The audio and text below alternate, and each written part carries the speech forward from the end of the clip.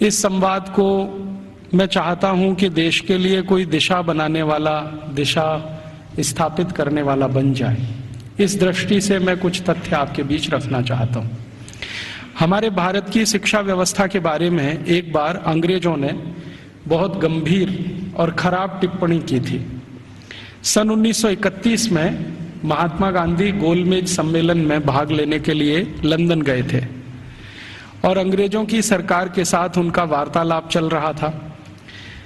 अंग्रेजों की तरफ से जो गांधी जी से संवाद करने वाली टीम थी या उनका जो समूह था, उस समूह के जो बहुत प्रमुख लोगों में से एक, उन्होंने गांधी जी को एक बहुत खराब बात कही। उन्होंने ये कहा कि अगर अंग्रेज भारत नहीं आते तो भारत की शिक्षा व्यवस्था तो कभी भी बन नहीं पाती। गांधी जी ने इसका विरोध किया और उन्होंने कहा कि अगर अंग्रेज नहीं आते तो भारत की शिक्षा व्यवस्था ज्यादा अच्छी होती, क्योंकि अंग्रेजों के आने के पहले की भारत की शिक्षा व्यवस्था बहुत ही उत्तम थी। ये गांधी जी ने कहा। तो अंग्रेज अधिकारियों ने गांधी जी से कहा कि आप ऐसा किस आधार पर कहते हैं?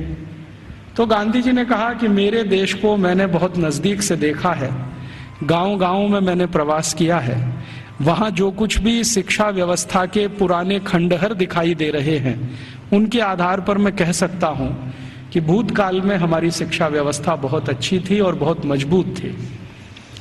उसी समय गांधी जी के साथ उन अंग्रेज अधिकारियों का विवाद हो गया और गांधी जी की गोलमेज यात्रा समाप्त होने के बाद अंग्रेज अधिकारियों ने अपनी तरफ से एक वक्तव्य जारी किया जो लंदन के सभी प्रमुख समाचार पत्रों में छपा और उसमें यह कहा गया कि गांधी जी को अपने देश की शिक्षा व्यवस्था के बारे में गर्व है, लेकिन उनके पास इस बात का कोई आधार और सबूत नहीं है कि भारत की शिक्षा व्यवस्था अंग्रेजों के आने के पहले कैसी थी।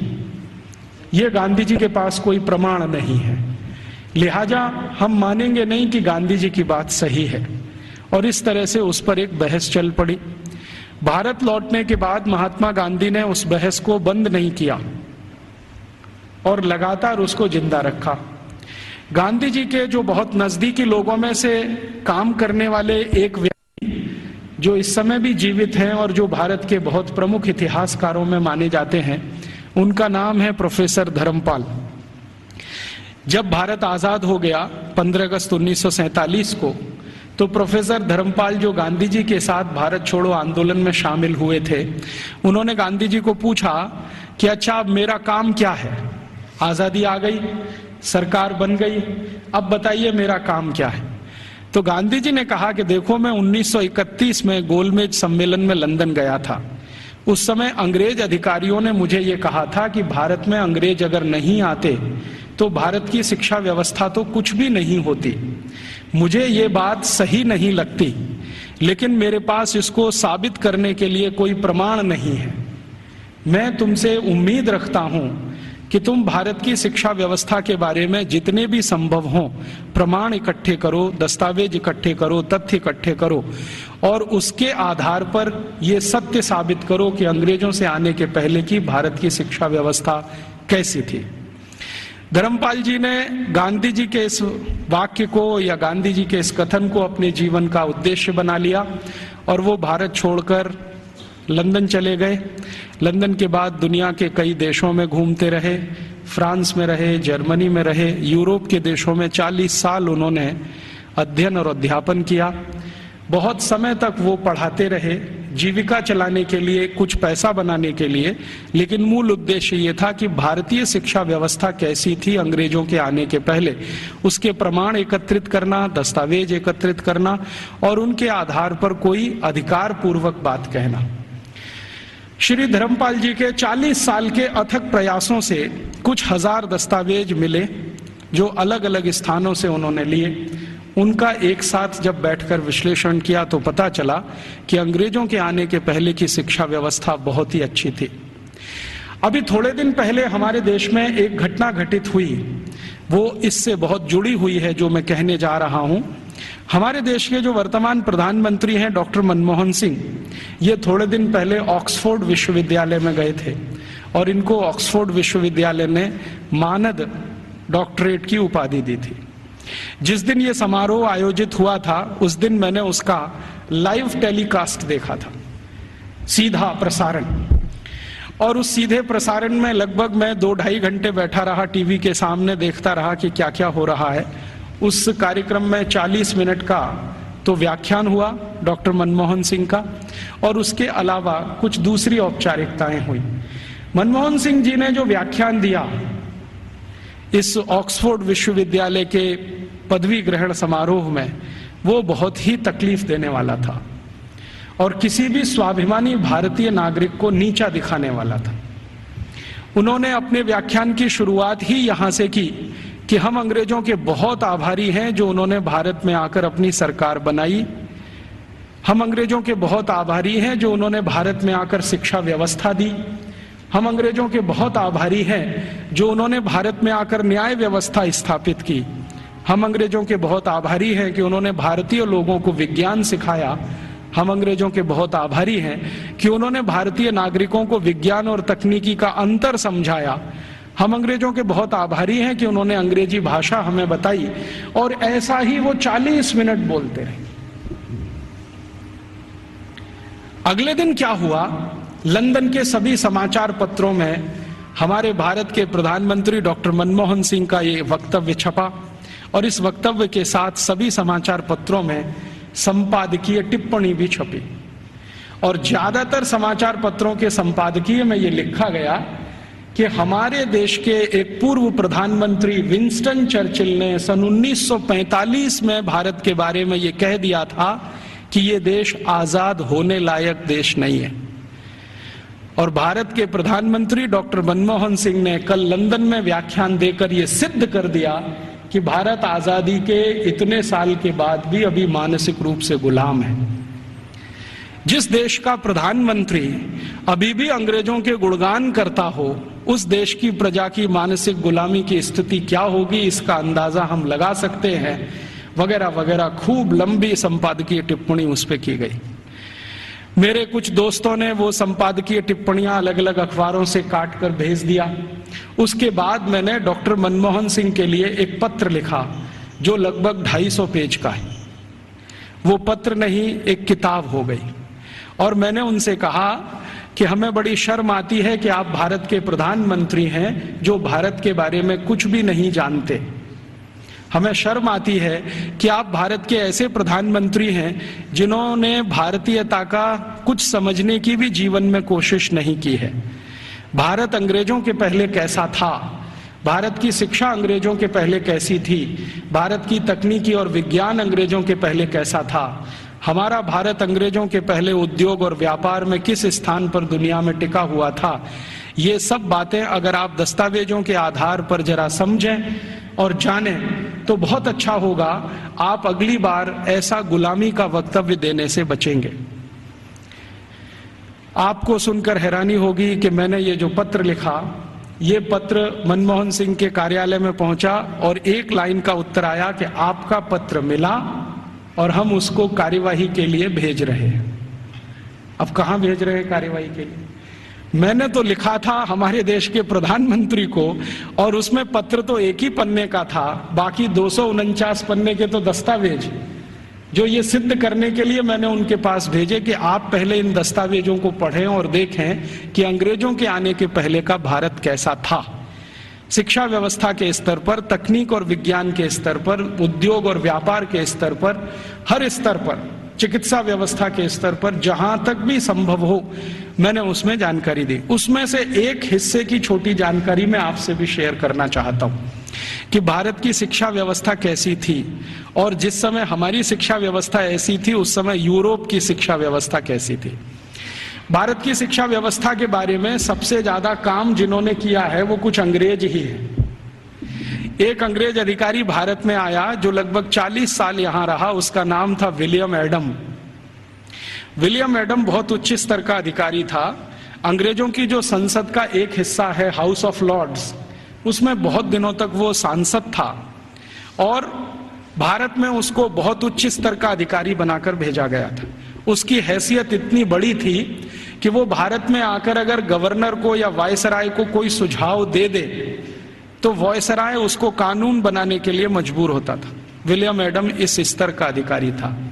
उस विलियम एडम के नीचे काम करने वाले कुछ अधिकारी थे, जिनमें से एक था मैकॉले, टीवी मैकॉले। मैकॉले की तो आपने बार बार चर्चा सुनी है, बार बार नाम भी सुना है, लेकिन विलियम एडम के बारे में शायद आप में से कम लोग जानते होंगे, क्योंकि ये मैकॉले का बॉस था। मैकॉले भारत में शिक्षा व्यवस्था के बारे में जितना भी अभ्यास करता था, वो अपने इमीडिएट बॉस विलियम एडम को भेजता था। तो विलियम एडम ने भारत की शिक्षा व्यवस्था पर एक रिपोर्ट तैयार की, और वो रिपोर्ट लगभग 1700 कुछ पन्ने की है, 1780 पन्ने हैं उस रिपोर्ट में। वो रिपोर्ट संसद में पेश की गई। संसद माने अंग्रेजों की संसद में, हाउस ऑफ कॉमन्स में पेश की गई, और इस रिपोर्ट के आधार पर अंग्रेजों को पता चला कि भारत की शिक्षा व्यवस्था कैसी है।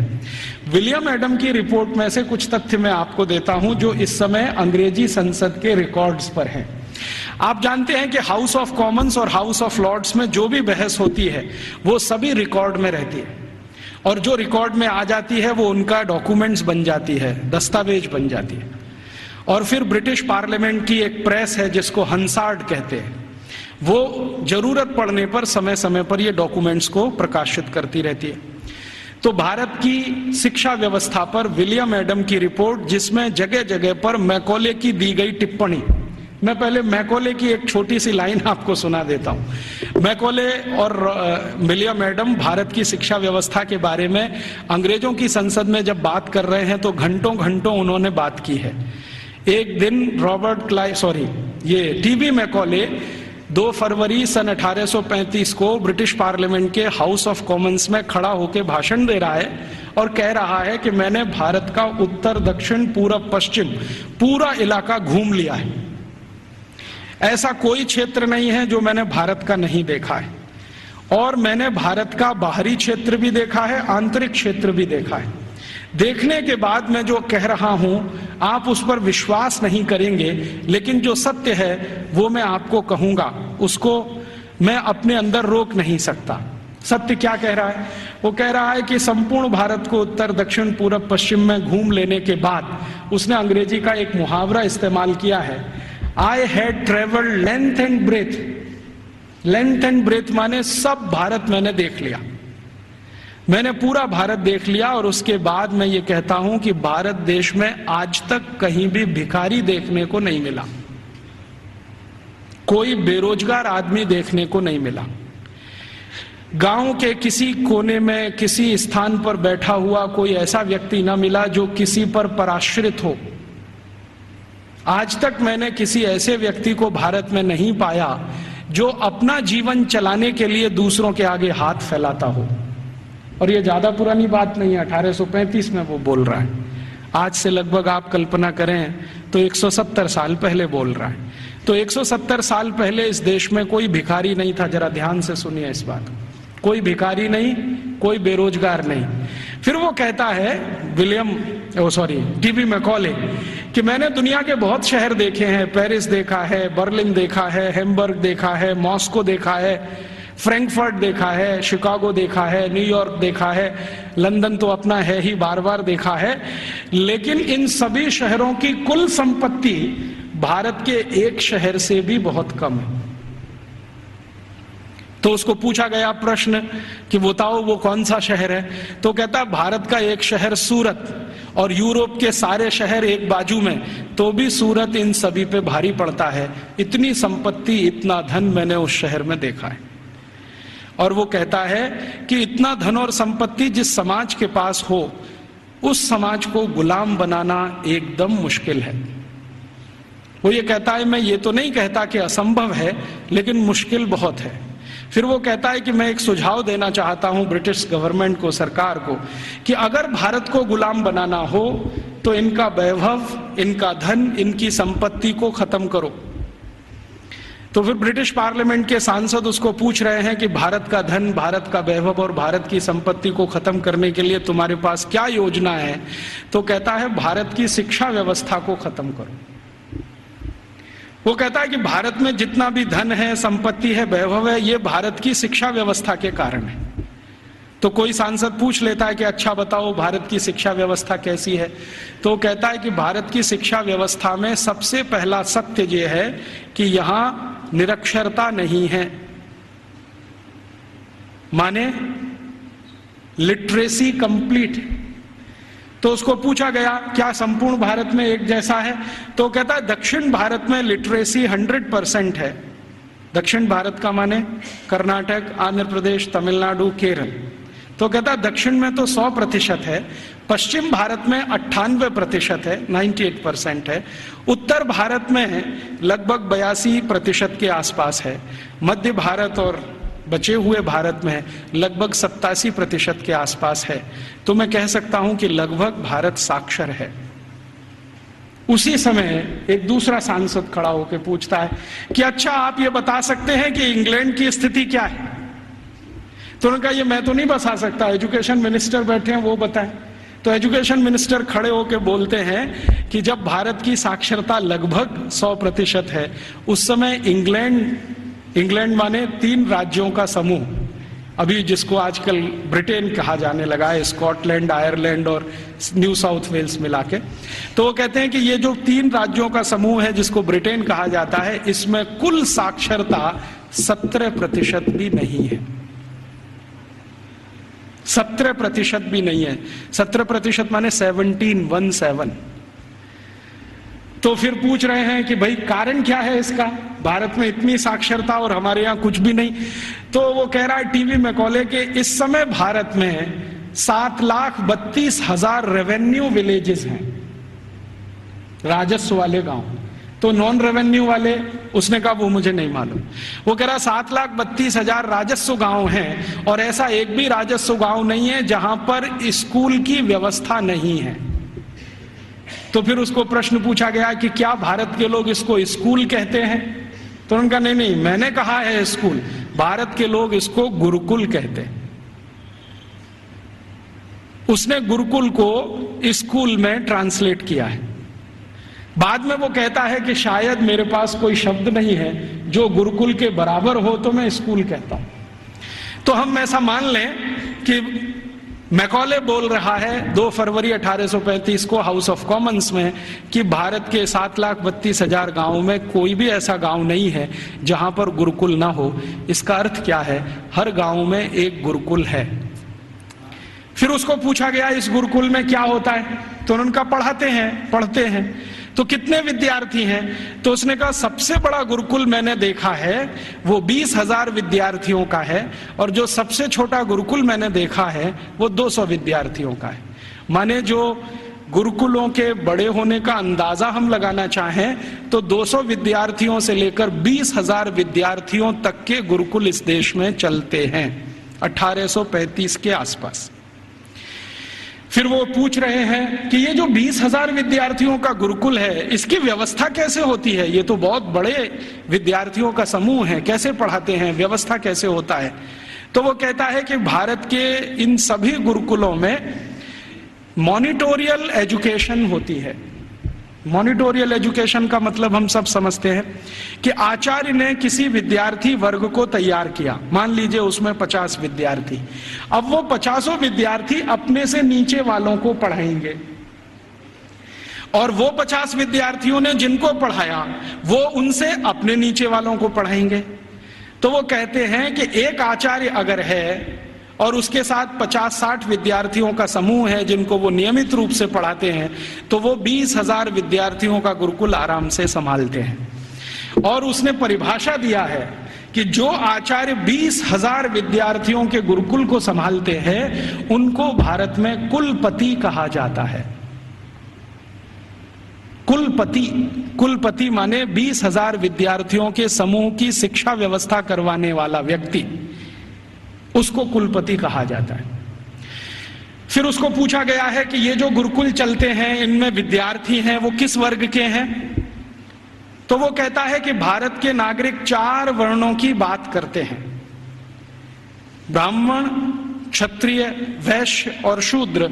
तो वो कहता है कि ये सभी विद्यार्थी इन समूहों में से आते हैं। तो एक अंग्रेज उसको पूछ रहा है कि हमने तो कभी सुना था कि भारत में ज्यादा शिक्षा ब्राह्मणों के लिए है। वो कहता है नहीं, दस्तावेज बताते हैं कि ब्राह्मणों के लिए भी शिक्षा है, वैश्यों के लिए भी है, क्षत्रियों के लिए भी है और शूद्रों के लिए भी है।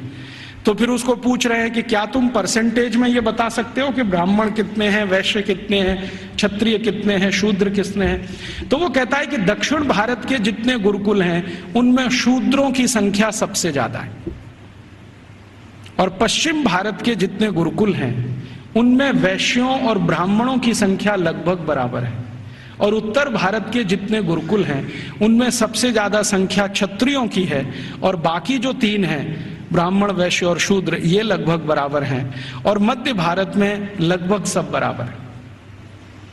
तो कुछ लोग चौंक जाते हैं, वो ये कहते हैं ये कैसे संभव है कि शूद्रों की संख्या दक्षिण भारत के गुरुकुलों में सबसे ज्यादा है? तो वो कहता है शूद्रों की ही नहीं, दक्षिण भारत के गुरुकुलों में महिलाओं की संख्या, लड़कियों की संख्या भी सबसे ज्यादा है। तो वो एक उत्तर दे रहा है प्रश्न का जिसमें वो बोल रहा है कि दक्षिण भारत के गुरुकुलों में लगभग 58% लड़कियां हैं और 42% लड़के हैं। तो फिर उसको पूछा गया ये कैसे संभव हो रहा है भारत में? तो कहता है कि इट क्वाइट नेचुरल, ये स्वाभाविक है, क्योंकि दक्षिण भारत में महिलाओं की संख्या, लड़कियों की संख्या लड़कों से ज्यादा है। और वो कह रहा है वैसे तो भारत में सभी जगह लड़कियों की संख्या लड़कों से ज्यादा है, और आप जानते हैं कि 1881 में अंग्रेजों ने जब पहला सेंसस कराया, पहला जनसंख्या सर्वेक्षण कराया, तो उसमें भी रेशियो यही निकलता है, महिलाएं लगभग 53% हैं और 47% पुरुष हैं। तो वो कह रहा है कि गुरुकुलों में दक्षिण में लड़कियां बहुत ज्यादा पढ़ती हैं। फिर वो पूछ रहा है कि इन लड़कियों को पढ़ाने के लिए जो अध्यापक हैं, तो वो कहता है कि वो सब महिलाएं ही हैं। लड़कों को पढ़ाने के लिए पुरुष हैं, लड़कियों को पढ़ाने के लिए महिलाएं हैं। तो फिर उससे पूछा जा रहा है कि ये जो अध्यापक पढ़ाते हैं इनके लिए कोई ट्रेनिंग सेंटर है क्या? तो वो कह रहा है कि सभी गुरुकुलों के साथ उच्च अध्ययन केंद्र जुड़े हुए हैं जहां पर इन अध्यापकों को तैयार किया जाता है, और तैयार होने के बाद वो गुरुकुलों में पढ़ाने का काम शुरू कर देते हैं। हर गुरुकुल के साथ एक उच्च अध्ययन केंद्र है। फिर उसके साथ पूछा जा रहा है कि अच्छा ये बताओ भारत के इन स्कूलों में, माफ करो गुरुकुलों में क्या विषय पढ़ाए जाते हैं? तो वो गिना रहा है कि 18 विषय पढ़ाए जाते हैं। 18 विषय पढ़ाए जाते हैं। सबसे ज्यादा किस विषय पर जोर दिया जाता है? तो वो कहता है कि भारत के गुरुकुलों में सबसे ज्यादा गणित पढ़ाया जाता है। तो ये गणित कौन सा पढ़ाया जाता है? तो वो कहता है वैदिक गणित पढ़ाया जाता है। तो फिर अंग्रेज पूछ रहे हैं कि हमारे यहाँ एक कॉमर्शियल मैथमेटिक्स है, तो उनका भारत वाले उसको पढ़ते नहीं है और उसमें उनकी ज्यादा रुचि भी नहीं है, वो वैदिक मैथमेटिक्स में ज्यादा रुचि लेते हैं। फिर दूसरा कौन सा विषय है जो सबसे ज्यादा पढ़ाया जाता है गणित के बाद? तो कहता है दूसरा सबसे ज्यादा बड़ा विषय है खगोल शास्त्र, इसको सब भारतवासी पढ़ते हैं। फिर तीसरा कौन सा विषय है? तो वो कहता है मेटलर्जी, माने धातु विज्ञान। फिर चौथा कौन सा विषय है? तो वो कहता है कि कारीगरी। कारीगरी माने जो विभिन्न तरह की कारीगरियां गांव में रहती हैं। हमारे सभी गांव में 18 तरह के कारीगर होते हैं। कोई लोहे का काम करने वाला, कोई लकड़ी का काम करने वाला, कोई बांस का काम करने वाला, कोई मिट्टी का काम करने वाला। तो वो कह रहा है कि सभी गुरुकुलों में ये कारीगरी पढ़ाई जाती है। 18 विषय उसमें अलग हैं। फिर वो पूछ रहा है कि इसके आगे के विषय बताओ। तो कहते हैं वो कि एस्ट्रोफिजिक्स पढ़ाते हैं। एस्ट्रोफिजिक्स समझते हैं? मॉडर्न साइंस का विषय है, और भारत में 1835 में सभी गुरुकुलों में ये पढ़ाया जाता है, एस्ट्रोफिजिक्स। फिर और क्या पढ़ाते हैं? तो कहते हैं रसायन शास्त्र पढ़ाते हैं। रसायन शास्त्र के साथ और क्या पढ़ाते हैं? तो कहता है चिकित्सा शास्त्र पढ़ाते हैं। चिकित्सा शास्त्र में क्या विषय हैं? तो वो कहता है औषधि विज्ञान एक है और शल्य क्रिया दूसरा है, माने सर्जरी है और मेडिसिन है। और ऐसे ऐसे करके वो 18 विषय को गिनाता है। तो फिर वो पूछते हैं कि कैसे संभव है कि भारत के विद्यार्थी ये 18 विषय पढ़ लेते हैं। तो वो बताता है कि भारत के विद्यार्थियों को गुरुकुल में जब प्रवेश मिलता है तो वो सामान्य रूप से 5 वर्ष के होते हैं, और जब वो गुरुकुल से पढ़कर निकलते हैं तो उनकी उम्र 21 और 22 वर्ष की होती है। लगभग उनको इतना समय मिलता है 15 साल का, जितने में वो सब पढ़ लेते हैं। तो फिर उनको पूछा गया कि ये विषय कैसे पढ़ाए जाते हैं, रोज पढ़ाए जाते हैं? तो उसने कहा नहीं, रोज नहीं पढ़ाए जाते, एक एक करके पढ़ाए जाते हैं। एक एक करके पढ़ाए जाते हैं माने एक विषय लिया और उसको पूरे 1 साल पढ़ाया, या 8 महीने पढ़ाया, या 9 महीने पढ़ाया। जब वो पूरा हो गया तब उसको छोड़ा, फिर दूसरा विषय लिया, फिर तीसरा विषय लिया। ऐसे करके 15-16 साल में सब विषय पढ़ाए जाते हैं। फिर वो पूछ रहा है परीक्षा कैसे होती है? तो उनका भारत में परीक्षा होती नहीं है, परीक्षा नहीं होती है। तो कैसे पता चलता है? वो पूछ रहे हैं बहुत सारे एमपीज के इवैल्यूएशन का तरीका क्या है। तो उन्होंने कहा कि यहाँ के जो आचार्य और शिक्षक होते हैं वो विद्यार्थियों को जब एक विषय पूरा पढ़ा देते हैं तो उसी के आधार पर उनके कौशल को जानने के लिए, हुनर को परखने के लिए कुछ काम उनको दे दिए जाते हैं। वो काम कितनी कुशलता से करते हैं इसके आधार पर तय होता है। ये नहीं है कि क्लासरूम में बैठकर 3 घंटे का कोई क्वेश्चन पेपर सॉल्व कर रहे हैं, क्लासरूम में रट लिया है और आंसर शीट पर वॉमिटिंग कर रहे हैं। ऐसा नहीं है भारत में। उसने मजाक में कहा है लेकिन ये गंभीर है समझने के लिए। तो उसको पूछा गया है कि अच्छा आप जरा बताओ कि हमारी इंग्लैंड की स्थिति क्या है, अगर ऐसी शिक्षा भारत में है तो इंग्लैंड में। तो कहता है जी इंग्लैंड में तो अभी 17% ही साक्षरता नहीं है। और वो कह रहा है कि जब भारत में 7,32,000 गुरुकुल है तो पूरे इंग्लैंड में कुल मिलाकर 240 भी स्कूल नहीं है, और जो स्कूल हैं उनमें गणित पढ़ाना तो किसी को नहीं आता है। वो एक ही विषय पढ़ाते हैं और वो है बाइबल, और कुछ पढ़ाने को इनको नहीं है। मुझे थोड़ा इंटरेस्ट आया विलियम एडम की रिपोर्ट पढ़ने के बाद, तो मैंने इंग्लैंड के पिछले 400 साल के इतिहास के दस्तावेज इकट्ठे किए। तो पता चला कि इंग्लैंड में 16वीं शताब्दी तक तो कोई भी स्कूल नहीं था। आप जरा ध्यान से सुनना इन बातों। 16वीं शताब्दी तक तो कोई स्कूल नहीं था। ईस्ट इंडिया कंपनी जब भारत आई है तब उनके यहाँ एक स्कूल खुला था, चर्च के पिछवाड़े में, गैरेज में। गैरेज समझते हैं, जहां गाड़ियां खड़ी की जाती हैं। एक गैरेज हुआ करता था जो मुश्किल से 15-20 फीट लंबा, 15-20 फीट चौड़ा, लंदन के एक चर्च में। ये लंदन में आप कभी जाएं तो उनका जो स्क्वायर है जहां पर उनकी पार्लियामेंट है उसके बगल में वो चर्च आज भी है, तो उसकी पीछे के हिस्से में एक छोटे से में स्कूल खुला था जो उनको पढ़ाता था बाइबल। तो बाइबल पढ़ाने वाले स्कूल उनके यहाँ शुरू हुए, उसके पहले तो कोई स्कूल ही नहीं था। तो इंग्लैंड और यूरोप के इतिहास क्या बताते हैं शिक्षा के बारे में, तो आप जरा सोचो और सुनो। यूरोप का जो सबसे बड़ा इतिहासकार, सबसे बड़ा दार्शनिक, सबसे बड़ा फिलोसोफर, सबसे बड़ा सब कुछ, जो यूरोप में भगवान के अगला अवतार माना जाता है, उसका नाम है प्लेटो। प्लेटो सबसे महान।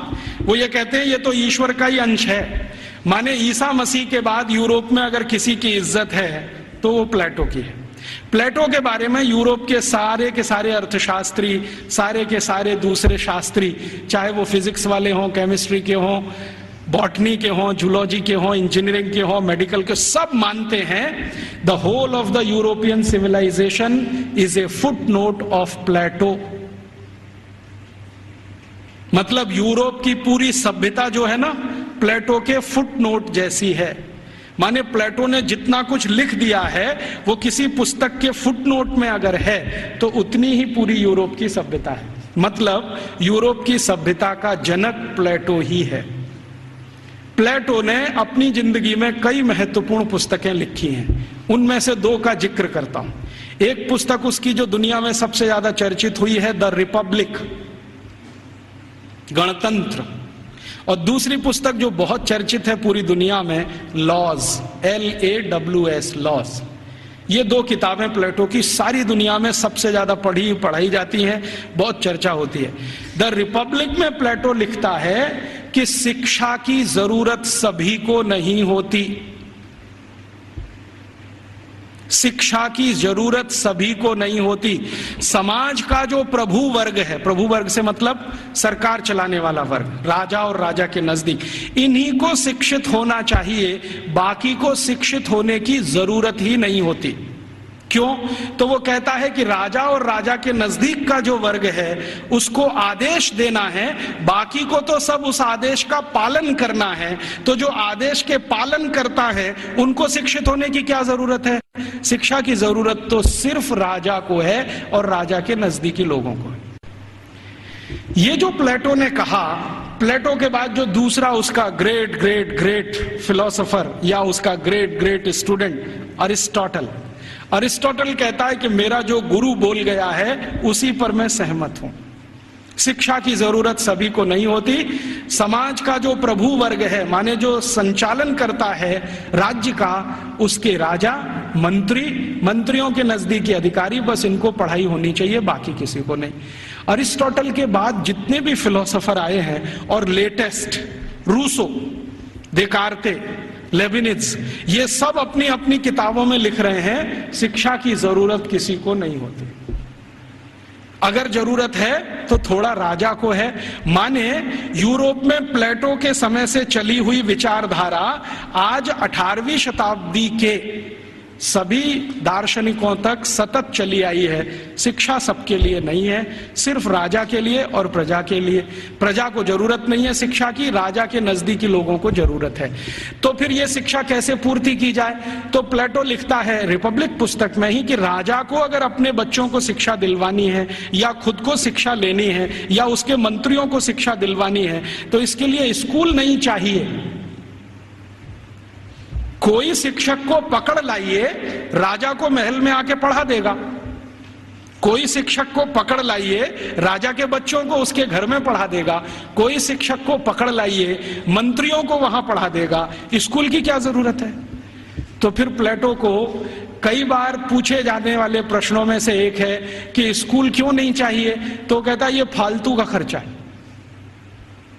वो ये कहता है स्कूल बनाने से अच्छा है एक बनाओ ऐसा स्थान जहां पर मनोरंजन हो सके। स्कूल की क्या जरूरत है? घर में आके कोई पढ़ा देगा, क्या जरूरत है स्कूल की? तो इसलिए इंग्लैंड में, इंग्लैंड के पड़ोसी फ्रांस में, जर्मनी में, स्वीडन में, स्विट्जरलैंड में 16वीं 17वीं शताब्दी तक एक भी स्कूल नहीं खोला गया। बाद में क्या हुआ, क्रिश्चियनिटी का असर जैसे जैसे बढ़ा यूरोप में, आप जानते हैं कि क्रिश्चियनिटी यूरोप में 2000 साल पहले ही आई है। उसके पहले यूरोप क्रिश्चियन नहीं था। यूरोप की छोटी छोटी जातियां, जनजातियां होती थीं जो 1000 से ज्यादा हैं, समूह हैं छोटे छोटे, वो अपना अपना धर्म और संस्कृति माना करते थे। उनके यहाँ ईसाइयत क्या होती है मालूम नहीं। 2000 साल से ईसाइयत आई है। तो जब ईसाइयत का बहुत प्रचार हुआ और समाज और ईसाइयत के बीच में संघर्ष हुआ, तब उन्होंने बाइबल स्कूल शुरू किए और वो बाइबल स्कूल पूरे इंग्लैंड में फैले, फ्रांस में, जर्मनी में फैले। तो वो कह रहा है टीवी में कोले कि हमारे यहाँ तो कुछ स्कूल चलते हैं, वहां सिर्फ बाइबल पढ़ाई जाती है और कुछ नहीं पढ़ाया जाता। और बाइबल भी पढ़ाई जाती है तो संडे को पढ़ाई जाती है, बस मंडे से सैटरडे छुट्टी रहती है। और उन स्कूलों को इंग्लैंड के दस्तावेजों में संडे स्कूल्स कहा जाता है। और ये स्कूल शुरू हुए हैं और आज तक चल रहे हैं। आप यूरोप में कहीं भी जाइए, संडे स्कूल्स आपको मिलेंगे जहां पर आप बाइबल पढ़ सकते हैं। बाइबल में न्यू टेस्टामेंट पढ़ाते हैं, ओल्ड टेस्टामेंट पढ़ाते हैं, 2 ही चीजें पढ़ाते हैं, इसके अलावा कुछ नहीं। गणित क्या होता है, फिजिक्स क्या होती है, केमिस्ट्री क्या होती है, मेटलर्जी क्या होती है, सर्जरी क्या होती है, मेडिसिन साइंस, ये कुछ उनको 18वीं शताब्दी तक मालूम नहीं है। ऐसा गरीब देश है इंग्लैंड और उनकी ऐसी शिक्षा व्यवस्था है। जो उनका पहला स्कूल खुला है जिसमें मुश्किल से 250 स्क्वायर फीट की जगह है, उसमें उन्होंने पहली ही बार में 250 विद्यार्थी ले लिए। अब 250 स्क्वायर फीट में 250 विद्यार्थी कैसे बैठते होंगे, कल्पना कर लो आप, कितना स्पेस होगा उनके पास। एक शब्द इस्तेमाल होता है अंग्रेजों के यहां, ब्रीदिंग स्पेस। ब्रीदिंग स्पेस भी नहीं है। वो कह रहा है मैकॉले कि हमारे तो बाइबल स्कूलों में ब्रीदिंग स्पेस भी नहीं है, माने हर विद्यार्थी को घिचपिच में बैठना पड़ता है, जगह नहीं है उनके पास। लेकिन भारत के एक एक गुरुकुल तो 5-5 हेक्टेयर में बने हुए हैं। 1 हेक्टेयर में लगभग 5 एकड़ होते हैं, 25 एकड़ में गुरुकुल बने हुए हैं।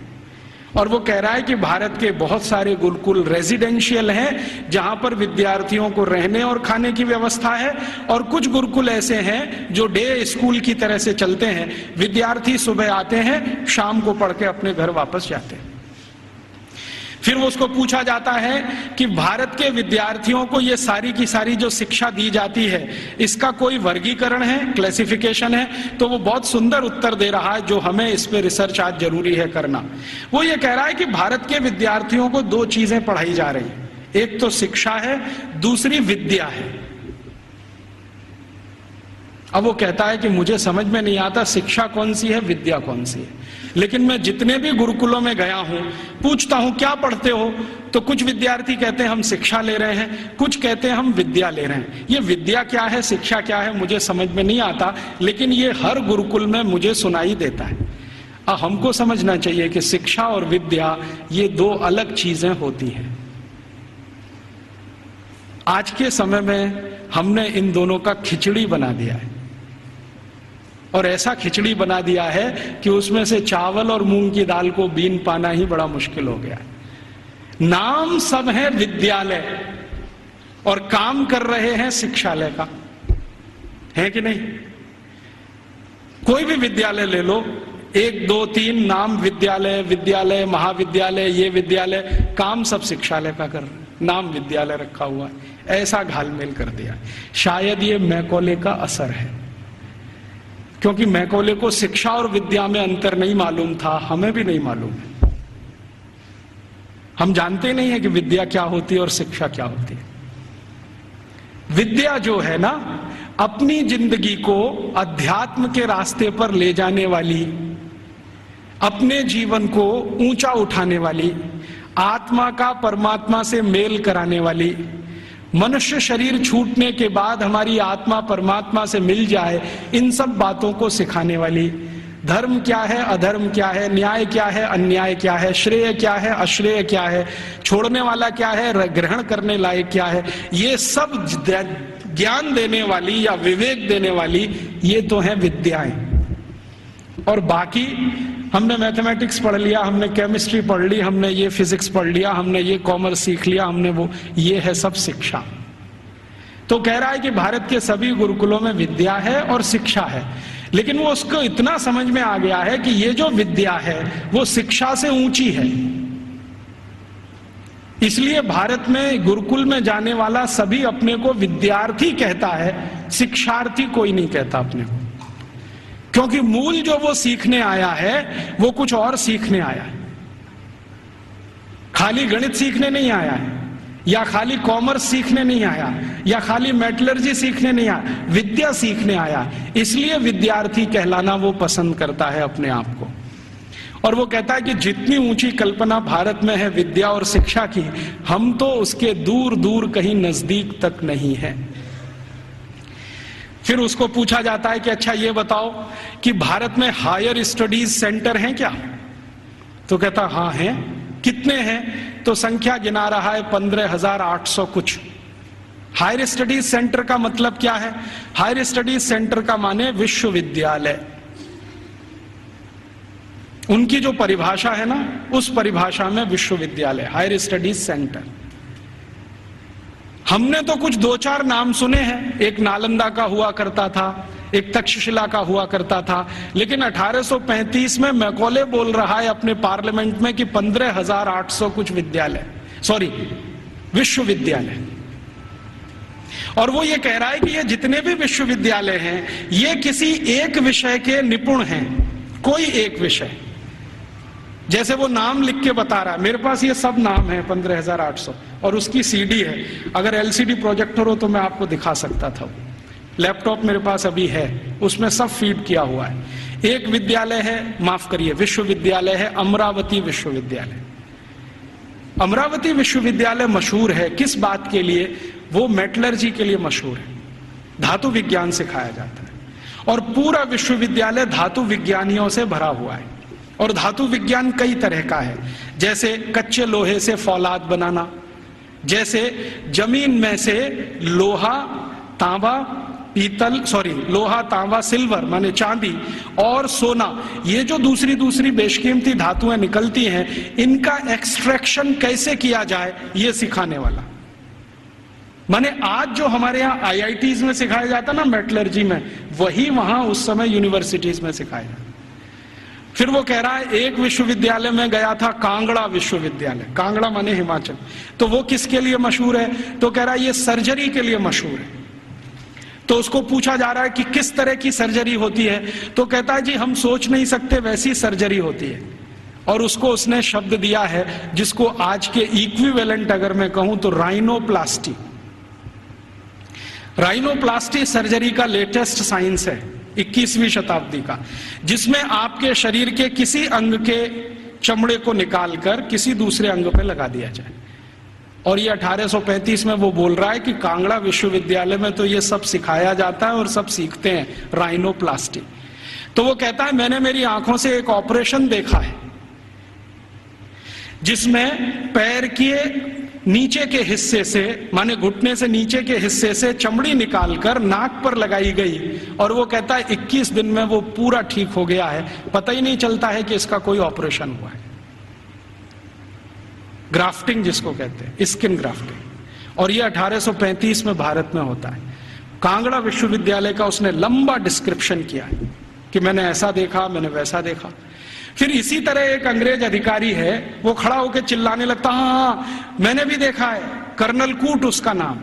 जैसे ही उसने सुना तो वो भी खड़ा हो गया, उसने कहा मैंने भी देखा है, एक बार मैं भारत देश गया था, हैदर अली के साथ मैंने युद्ध लड़ा था, हैदर अली ने मुझे परास्त कर दिया था, मेरी नाक काट दी थी, मैं कटी हुई नाक लेके वहां से भागा था, और बेलगाम नाम का भारत में कोई एक गांव है, वहां के एक वैद्य ने मेरी नाक का ऑपरेशन किया था और जोड़ दिया था, और अभी वो नाक मेरी ऐसी है। वो खड़े होकर बोल रहा। तो उसको सब सांसद पूछ रहे हैं कि अच्छा तुम्हारी नाक ही काटी थी, सिर क्यों नहीं काटा? क्योंकि तुम तो परास्त हो गए थे, तो तुम्हारा सिर क्यों नहीं काट दिया? तो वो कहता है भारत के राजा बड़े दयालु हैं, उनके मन में बड़ी दया है, दुश्मन को भी पूरा मारते नहीं है, अंग भंग करके छोड़ देते हैं, और भारत में नाक कटना ही बहुत बड़ी बदनामी की बात है, हमारे यहां ऐसा कुछ। तो ये कर्नल कूट के जो कहे हुए और मैकॉले के कहे हुए इन दस्तावेजों से अंदाजा लगता है कि सर्जरी कोई बहुत ऊंचे स्तर की थी। फिर इन सर्जरी को करने वाले जो आचार्य होते थे, उन आचार्यों के उपकरण कैसे हैं उसका वो डिस्क्रिप्शन कर रहा है।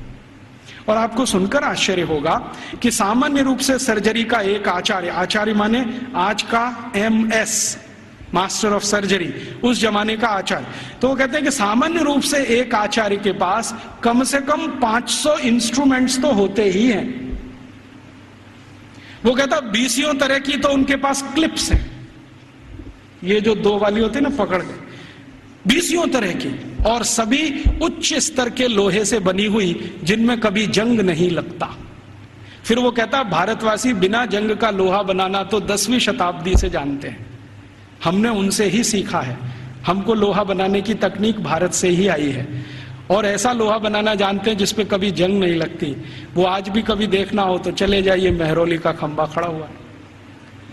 वो कहता है इनको ऐसा लोहा बनाना आता है तो इंस्ट्रूमेंट अच्छे अच्छे बना लेते हैं। और वो एक मजे की बात कह रहा है कि जिस समय इंग्लैंड में हम चिकित्सा कराते हैं अपनी कोई बीमारी की, तो उस समय 1835 में इंग्लैंड में चिकित्सा क्या होती है जरा सुनिए, और यहाँ कोई एलोपैथी डॉक्टर हैं तो वो जरा ध्यान से सुने। 1835 में इंग्लैंड में चिकित्सा व्यवस्था होती है तो क्या है, एक ही चिकित्सा है उनके पास, हिप्पोक्रेटिस मेडिसिनल सिस्टम। एक हिप्पोक्रेटिस नाम का कोई आदमी हुआ इंग्लैंड में, ईसा से करीब 250 साल पहले, सॉरी ग्रीस में हुआ, इंग्लैंड में नहीं ग्रीस में हुआ। तो उसने कुछ सिद्धांत दिए हैं, वही सिद्धांत एलोपैथी का मूल आधार है, सारे के सारे सिद्धांत। तो हिप्पोक्रेटिस क्या कहता है, वो कहता है शरीर में कोई भी बीमारी घुस गई तो उसका एक ही कारण है कि रक्त आपका दूषित हो गया है। कोई भी बीमारी हो, सर्दी हो गई, जुकाम हो गया, बुखार आ गया, खांसी हो गई, आपको डायरिया हो गया, डिसेंट्री हो गई, लंग इन्फेक्शन, कुछ भी हो गया, तो हिप्पोक्रेटिस एक ही बात में डायग्नोसिस देता है कि आपका रक्त दूषित है। अब इस दूषित रक्त को निकालो शरीर में से, यही चिकित्सा। तो वो कहता है कि भारतवासी चिकित्सा कैसी करते हैं और हमारे डॉक्टर कैसी करते हैं। वो कहता है कि जब मुझे बुखार आता है और मैं किसी डॉक्टर के पास जाता हूं तो वो मेरी हाथ की नस काट देता है और उसमें से खून निकलने लगता है, और वो कहता है ये खून जब तक निकलेगा नहीं तब तक बुखार तुम्हारा खत्म होगा नहीं। कभी कभी मुझे डर लगता है कि खून के साथ जान ना निकल जाए मेरी। और वो ये कहता है कि भारत में जो चिकित्सा व्यवस्था है इतनी अद्भुत है कि कुछ बुखार आ जाए, कितने से भी कितना बुखार आ जाए, वो कुछ चूरन खिला देते हैं और अगले दिन बुखार ठीक हो जाता है। अच्छा, ये जो कहानी उसने कही है, ये कहानी जॉर्ज वॉशिंगटन ने भी कही है। आप जानते हैं जॉर्ज वॉशिंगटन अमेरिका के राष्ट्रपति, और बल्कि पहले राष्ट्रपति, सबसे पहले राष्ट्रपति, अमेरिका की आजादी के बाद सबसे पहले राष्ट्रपति जॉर्ज वॉशिंगटन। आपको मालूम है उनकी मृत्यु कैसे हुई? उनको आया बुखार। तो ये जो हिप्पोक्रेटिस मेडिसिनल सिस्टम है ना, हाँ, एक ही सिस्टम है उनके पास, हिप्पोक्रेटिस मेडिसिनल सिस्टम, जिस पर उनके आप बहुत थीसिस लिखे गए हैं, बहुत काम हो। तो उनको आ गया बुखार, और बुखार हो गया बहुत, 103 104 डिग्री। तो उनका डॉक्टर आया और उनके दोनों हाथों की नस काट गया, हाँ, और कहा कि ये खून बहने दो, अभी मैं सवेरे आऊंगा आपको देखने। तो दोनों हाथों की नस कटी और रात भर में इतना खून बह गया कि सवेरे जॉर्ज वॉशिंगटन मरे हुए मिले। ये है मॉडर्न एलोपैथिक सिस्टम। और मैकॉले कह रहा है कि जिस समय हम तो सिर्फ नस काट के खून निकाल के इलाज करते हैं, भारत के लोग पता नहीं क्या क्या जड़ी बूटियों से चूरन बनाते रहते हैं, पाउडर बनाते रहते हैं। और वो कहता है कि इनके कॉम्बिनेशन इतने परफेक्ट हैं कि 1-2 बार ही खाना पड़ता है, उसके बाद खाना ही नहीं पड़ता। फिर उसको पूछा गया, क्या तुमने कोई लिस्ट बनाई है ये जो चूरन में कॉम्बिनेशन है इसके? तो वो कहता है हाँ, मैं एक लिस्ट बना रहा हूं, उसमें कुछ मेडिसिनल हर्ब्स हैं, कुछ रूट्स हैं, कुछ प्लांट्स हैं। तो वो पूछ रहे हैं कितनी संख्या हो गई है? तो उसने कहा 16,000 तो हो गई है, पता नहीं आगे कितनी जाएगी। उस जमाने में तो कुछ लोग आश्चर्य से पूछ रहे हैं कि ये जो शिक्षा है, वहां चिकित्सा भी दे रहे हैं, सर्जरी भी दे रहे हैं, मेटलर्जी भी दे रहे हैं, वगैरह वगैरह, क्यों दे रहे हैं? तो वो कहते हैं, भारत के सभी आचार्य कहते हैं कि जीवन एकांगी नहीं है। अभी ये देखिए, ये फिलॉसफी की बात, जीवन एकांगी नहीं है, और चूंकि एकांगी नहीं है तो इसमें सब तरह के ज्ञान की जरूरत होती है। तो हर विद्यार्थी को सभी तरह का ज्ञान होना चाहिए, विशेषज्ञता उसको किसी एक में होनी चाहिए, ज्ञान उसको सब तरह का होना चाहिए। तो कहता है कि जो प्राइमरी लेवल की ज्ञान है वो सबको दी जाती है, मेडिसिन की, सर्जरी की, मेटलर्जी की, मैथमेटिक्स की। जब वो विद्यार्थियों की रुचि उत्पन्न हो जाती है तो किसी एक विषय में उनको विशेषज्ञ बना दिया जाता है, और फिर वो विद्यार्थी समाज में चला जाता है, उसकी शिक्षा पूरी हो जाती है, विद्या पूरी हो जाती है, फिर वो समाज को अपनी सेवाएं देता है। और वो एक बहुत महत्व की बात कह रहा है कि भारत के विद्यार्थी इन सब गुरुकुलों से जब पढ़कर निकलते हैं तो उनको संकल्प कराया जाता है, संकल्प कराया जाता है। और संकल्प क्या कराया जाता है? तो उनको ये कहा जाता है कि देखो, ये जो ब्रह्मांड जगत है, वो उसको अंग्रेजी में एक्सप्लेन कर रहा है, ठीक से नहीं कर पाया, कहीं गलती है वो मैंने ठीक कर दिया है, क्योंकि बहुत सारी चीजें उनके समझ की बाहर है जो हमारी समझ के लिए सामान्य है। क्योंकि हर सभ्यता में कुछ बातें विशेष होती हैं जो दूसरी सभ्यता में नहीं मिलती है, तो बाहर वाला आकर उसको जिस चश्मे से देखेगा, हमारा चश्मा उससे बिल्कुल अलग होगा। तो वो कह रहा है कि भारत में ऐसा बोलते हैं, मानते हैं कि ये जो ब्रह्मांड जगत है इसमें मनुष्य ही नहीं है, मनुष्येतर बहुत सारे प्राणी हैं, पक्षी हैं, जीव हैं, जंतु हैं, और सब भारतवासी मानते हैं कि सब में आत्मा है, सब में आत्मा है। और प्लेटो क्या कहता है? प्लेटो करे जरा इसका सोचो, वो रिपब्लिक में लिख रहा है और लॉज में उसको रिपीट किया है। वो ये कहता है आत्मा सिर्फ राजा में होती है, प्रजा में आत्मा ही नहीं होती। प्लेटो का है, ये मेरा नहीं। वो कहता है आत्मा सिर्फ राजा में है, प्रजा में आत्मा है ही नहीं, इसलिए कानून सब प्रजा के लिए है, आदेश देने का अधिकार राजा को है। और प्लेटो तो कहता है कि राजा के मुंह से जो निकल गया वही कानून, प्रजा को उसी का पालन करना है। अच्छा, फिर प्लेटो ने स्ट्रेटिफिकेशन किया है कि राजा तो एक वर्ग है, उसके नीचे के वर्ग के उसने वर्गीकरण किया है कि प्रजा में पहला कौन, तो कहता है कि ये जो उद्योगपति हैं, व्यापारी हैं, धंधा करने वाले, ये पहले स्तर के। दूसरे स्तर पर कौन, तो अध्यापक हैं और कारीगर हैं और म्यूजिशियन है, संगीतकार है, पेंटर है, आगे आदि 2। तीसरे नंबर पर कौन, तो तीसरे नंबर पर खेत में काम करने वाले मजदूर हैं, फैक्ट्री में काम करने वाले मजदूर हैं वो। चौथे नंबर पर कौन, तो कहता है स्त्रियां, महिलाएं, वो चौथे नंबर पे। आखिरी 5वां कोई नंबर नहीं है वहां। तो वो कहता है प्लेटो कि मैं कभी कभी कल्पना करता हूं कि प्रजा में गलती से आत्मा आ गई तो स्त्रियों में तो कभी नहीं आती। इसलिए वो लॉज में लिख रहा है कि कभी भी किसी न्यायाधीश को किसी स्त्री की गवाही पर विचार ही नहीं करना चाहिए, क्योंकि स्त्री को सत्य का ज्ञान नहीं है, उसको विवेक नहीं है, क्योंकि उसको आत्मा नहीं।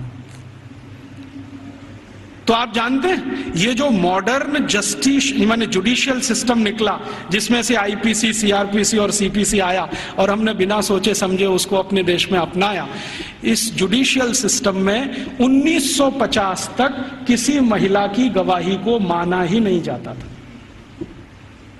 यूरोप में अदालत में चलने वाले किसी भी मुकदमे में किसी महिला की गवाही नहीं मानी जाती थी। तो क्या हुआ, फिर यूरोप में एक बगावत हुई जिसको वीमेन्स लिव कहा जाता है, स्त्री मुक्ति, और इसका नेतृत्व किया एक फ्रांसीसी लेखिका ने, उसका नाम था सिमोन द बोउआर। उसके एक गुरु हुआ करते थे जॉन पॉल सार्त्र, जिनको आधुनिक दार्शनिकों में बहुत ऊंचा स्थान मिला हुआ है। तो सिमोन द बोउआर ने सालों साल आंदोलन चलाया, तब फ्रांस में इतना हुआ कि किसी 3 स्त्री की गवाही एक पुरुष के बराबर है। इतना हुआ, बस इतना ही हुआ। और उसके बाद सिमोन द बोउआर मर गई और वो कहती थी कि मैं इतना ही करा पाई, यही मेरे लिए बहुत है कि कम से कम अदालत ने 3 महिलाओं की गवाही एक पुरुष के बराबर तो मानी। और प्लेटो चूंकि ये कहता था कि स्त्री में आत्मा नहीं होती है, तो 1950 तक यूरोप के किसी भी देश में महिलाओं को वोट डालने का अधिकार नहीं था। वोट डालने का तो छोड़ दो, बैंक में अकाउंट खोलने का अधिकार नहीं था किसी महिला को। अकाउंट खुलेगा तो उसके पति का खुलेगा, महिला का नहीं खुलेगा। और जो विधवा है तो उसके बेटे के नाम से खुलेगा, महिला के नाम से नहीं खुलेगा। जो बेटा ही नहीं है तो पड़ोसी के बेटे के नाम से खुलेगा। हाँ, उसके नाम से बैंक अकाउंट नहीं खुल सकता। और 1950 तक यूरोप के किसी भी शहर में महिला घर से अकेली नहीं निकल सकती। क्यों? आत्मा नहीं है तो पता नहीं कहां जाएगी। तो इसलिए उसके साथ में पुरुष का होना जरूरी है, वो चाहे 3 साल का ही क्यों ना हो। और प्लेटो ने लिख दिया ना, स्त्री में आत्मा नहीं होती, तो सारे यूरोपियन दार्शनिकों ने कहा है कि स्त्री तो मेज कुर्सी जैसी होती है, जब तक इस्तेमाल करो अच्छी लगती है, नहीं लगती बाहर फेंक दो, दूसरी ले आओ। ये है उनकी फिलॉसफी। तो मैकॉले ये सब वर्णन कर रहा है कि हम तो सोच ही नहीं सकते हैं हमारे यहाँ महिलाएं गुरुकुल की आचार्य हो सकती है। वो कह रहा है भारत में आधे से ज्यादा गुरुकुलों की आचार्य महिलाएं, आधे से ज्यादा। और वो कह रहा है कि ये सिर्फ गुरुकुलों की नहीं, हायर स्टडीज सेंटर में भी यही है। तो उसको पूछा जा रहा है कि ये भारत में ऐसा कैसे हो गया, महिलाओं को इतनी शिक्षा मिल गई, इतनी ऊपर आ गई। तो वो कहते हैं भारत वाले बिल्कुल विचित्र हैं, ये कुछ और मानते हैं। हम मानते हैं कि स्त्री में आत्मा नहीं होती, भारत वाले कहते हैं कि स्त्री परमात्मा के सबसे नजदीक होती है, क्योंकि उसमें पुरुष से कुछ गुण ज्यादा होते हैं। हमारे सभी शास्त्रों में आप ये देख सकते हैं, चाहे ऋग्वेद में देखना हो तो देख लीजिए। ऋग्वेद के कई सूत्र ऐसे हैं जो ये बताते हैं कि स्त्री पुरुष से ऊंची है, क्योंकि उसमें ईश्वरीय गुण हैं। और आज की जो मॉडर्न साइंस है ना, इसने इसको दूसरे तरह से कहा है कि स्त्री में एक क्रोमोसोम ज्यादा होता है, वही सारा खेल खेलता है। पुरुष में नहीं है। स्त्री तय करती है कि बच्चा होगा या नहीं होगा, पुरुष में कोई दम नहीं है। तो ये आज की मॉडर्न साइंस कहती है। हमारी साइंस तो बहुत पहले कह चुकी है कि स्त्री ईश्वर के सबसे नजदीक है। हमारे कई शास्त्रों में ऐसे सूत्र हैं जो ये कहते हैं कि जब समाज को ये पता ना चले कि क्या करना क्या नहीं करना, तो स्त्रियों से पूछो, वो बताएंगी कि क्या करना। क्यों? क्योंकि उनको फंक्शनल नॉलेज सबसे ज्यादा होती है। फंक्शनल नॉलेज हम समझते हैं जो क्रियात्मक ज्ञान है, जिससे कुछ हो जाता है, ऐसा ज्ञान उनको सबसे ज्यादा है। और फालतू ज्ञान पुरुषों को बहुत होता है। और उसका तमाशा देखना हो तो भारत की संसद को देख लो।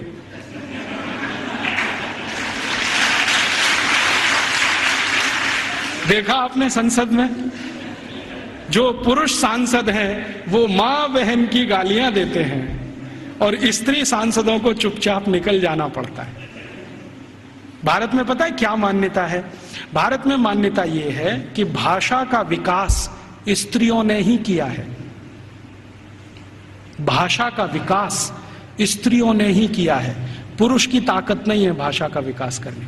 क्यों?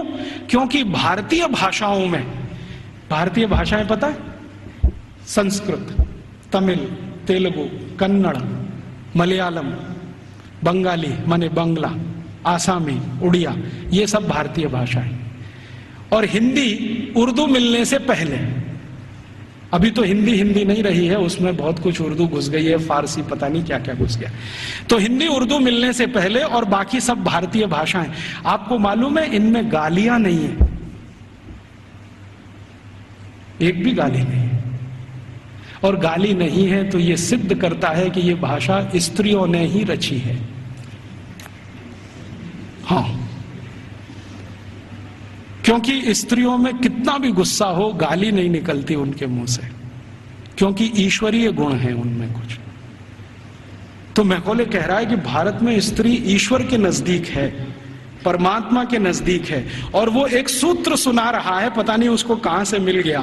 वो कहता है भारत के लोग ऐसा कहते हैं कि स्त्री के बिना मोक्ष नहीं होता। और ये एक दिन मुझे भी अनुभव हुआ है। मैं दक्षिण भारत में गया था, एक गांव में व्याख्यान देने। वो गांव में एक मंदिर है, बड़ा मशहूर मंदिर है। मैंने सोचा मैं भी दर्शन करूं, तो पुजारी ने कहा आप अंदर नहीं जा सकते। मैं पूछा क्यों? कि आप ब्रह्मचारी हैं।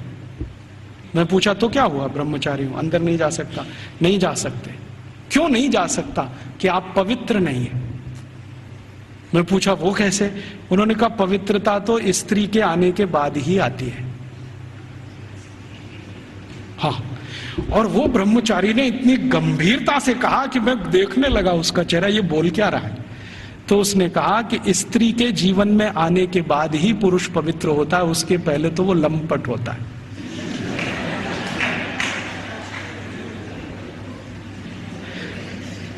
तो मंदिर में मुझे घुसने नहीं दिया उसने। और वो कहता आप तो क्या, हजारों साल से यहां कोई भी व्यक्ति बिना पत्नी के मंदिर में गया नहीं है। तो मैंने कहा ठीक है, फिर कभी हो तो सोचूंगा। तो मैं वापस चला आया। ये बात को मैकॉले बोल रहा है वहां कि भारतवासी बोलते हैं कि मोक्ष स्त्री के साथ ही होता है। और हमारे सभी ऋषि मुनि गृहस्थ थे, सदगृहस्थ थे, ब्रह्मचारी नहीं थे। मैंने जितने ऋषि मुनियों को आज तक पढ़ा है, सबको तो नहीं पढ़ा लेकिन जितने को पढ़ा है, सब गृहस्थ थे। इसलिए गृहस्थ आश्रम कोई ऊंची चीज है हमारे यहाँ। तो ये वो बोलता है कि जब ऊंची चीज आपके पास है तो उससे और ऊंची प्राप्त करने की ताकत है। जो ऊंची नहीं है तो ज्यादा ऊंची तो मिलेगी नहीं। तो भारत में तो स्त्री का ये हैसियत है कि वो अगर नहीं है तो परिवार नहीं है, समाज नहीं है, संस्कार नहीं है, भाषा नहीं है, ज्ञान नहीं है। इसलिए भारत में स्त्रियां तो बहुत ऊंची हैं। फिर वो कहता है कि हमारे यहाँ इंग्लैंड में तो गांव गांव में स्त्रियों को मारते पीटते हैं, जला भी दे देते हैं। आपको मालूम है यूरोप में 2500 साल एक परंपरा चली है विच हंटिंग। बहुत किताबें लिखी गई हैं इसमें, बहुत लिखा। विच हंटिंग समझते? विच माने क्या कहना चाहिए हिंदी में? डायन। डायन कहते हैं ना, डायन को ढूंढना और उसको मारना। ये बहुत बड़ा खेल चलता था यूरोप के सभी देशों में, Germany, France, Sweden, Switzerland, Denmark, Norway, सब देशों में, और 2500 साल चलता था। गांव में ढूंढ ढूंढ के ऐसी महिलाओं को मारा जाता था जिनके पति की मृत्यु हो गई हो, तो मान लिया जाता था ये तो विच हो गई है और इसको हंट करना है, माने मार देना है।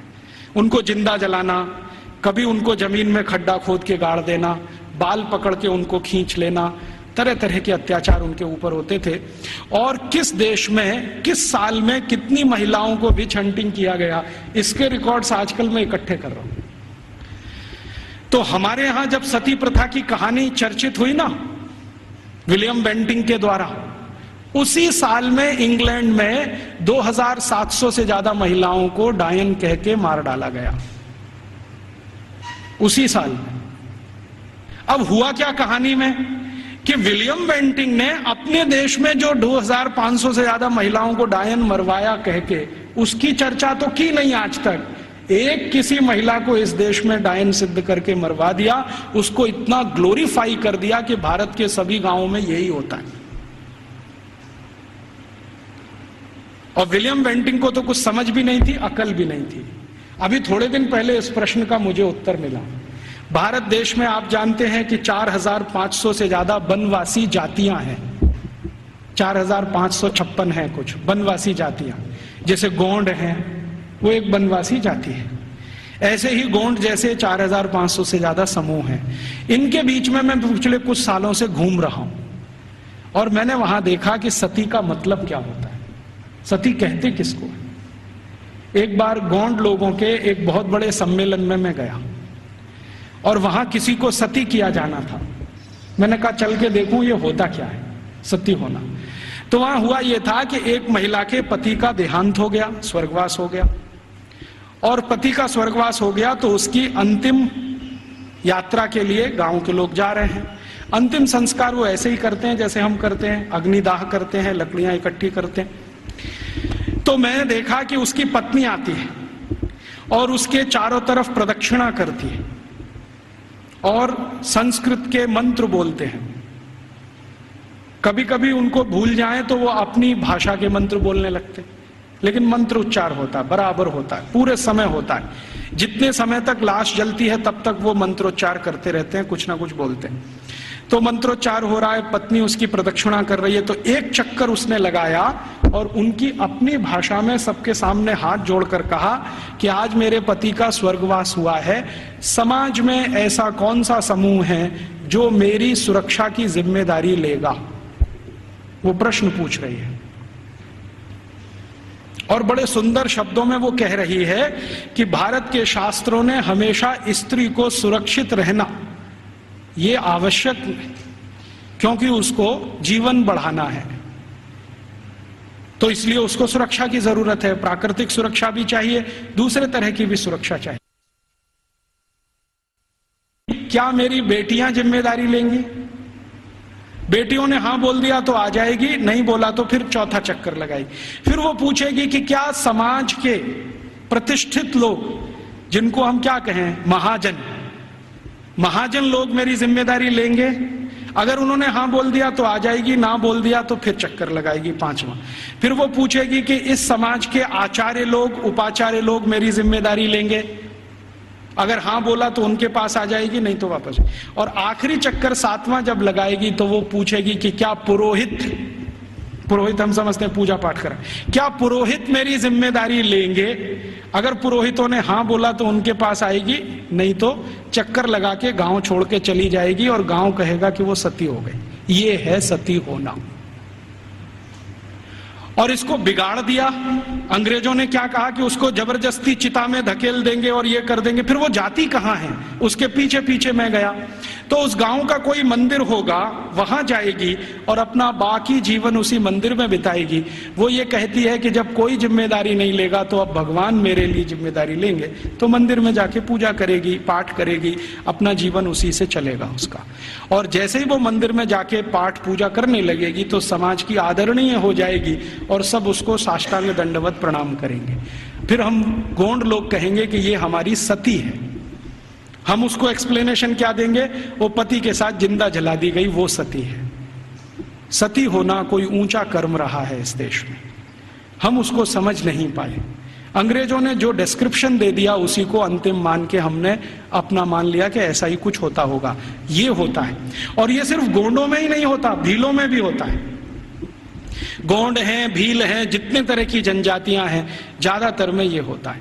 तो मैकॉले कह रहा है कि भारत में तो स्त्रियों का स्थान बहुत ऊंचा है, परिवार में ऊंचा है, समाज में ऊंचा है, भाषा उनके यहां से निकली है, फंक्शनल नॉलेज उन्होंने समाज को दिया है, इसलिए इनके लिए तो सब कुछ विशेष होता है। इसलिए गुरुकुलों में आचार्य स्तर पर बहुत स्त्रियां हैं, ये हैरानी की बात नहीं है। वो कहता हमारे समाज में उल्टी स्थिति है, स्त्रियों का स्थान सबसे नीचे है, इसलिए हमारे यहां हर काम में वो सबसे पीछे है। तो इस तरह की कुछ बातें हैं जो मैकॉले के डॉक्यूमेंट्स बताते हैं, और विलियम एडम ने इससे भी ज्यादा कुछ खोज की है, और उसके डॉक्यूमेंट्स इससे भी आगे की कई बातें बताते हैं कि भारत के ये जो गुरुकुल हैं, इन गुरुकुलों का योगदान क्या है समाज में।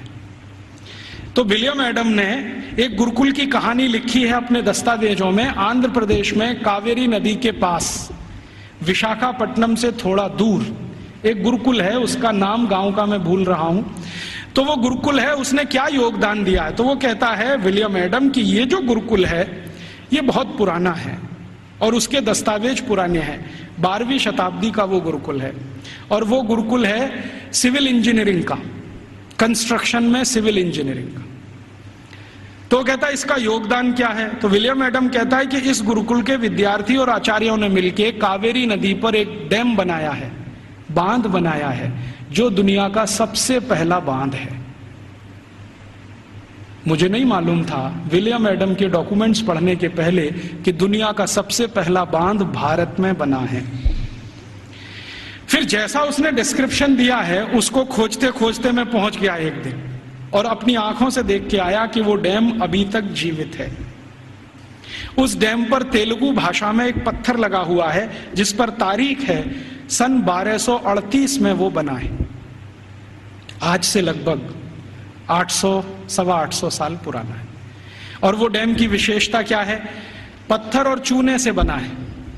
और आप जानते हैं दक्षिण भारत में सबसे ज्यादा प्रवाह वाली नदी है कावेरी।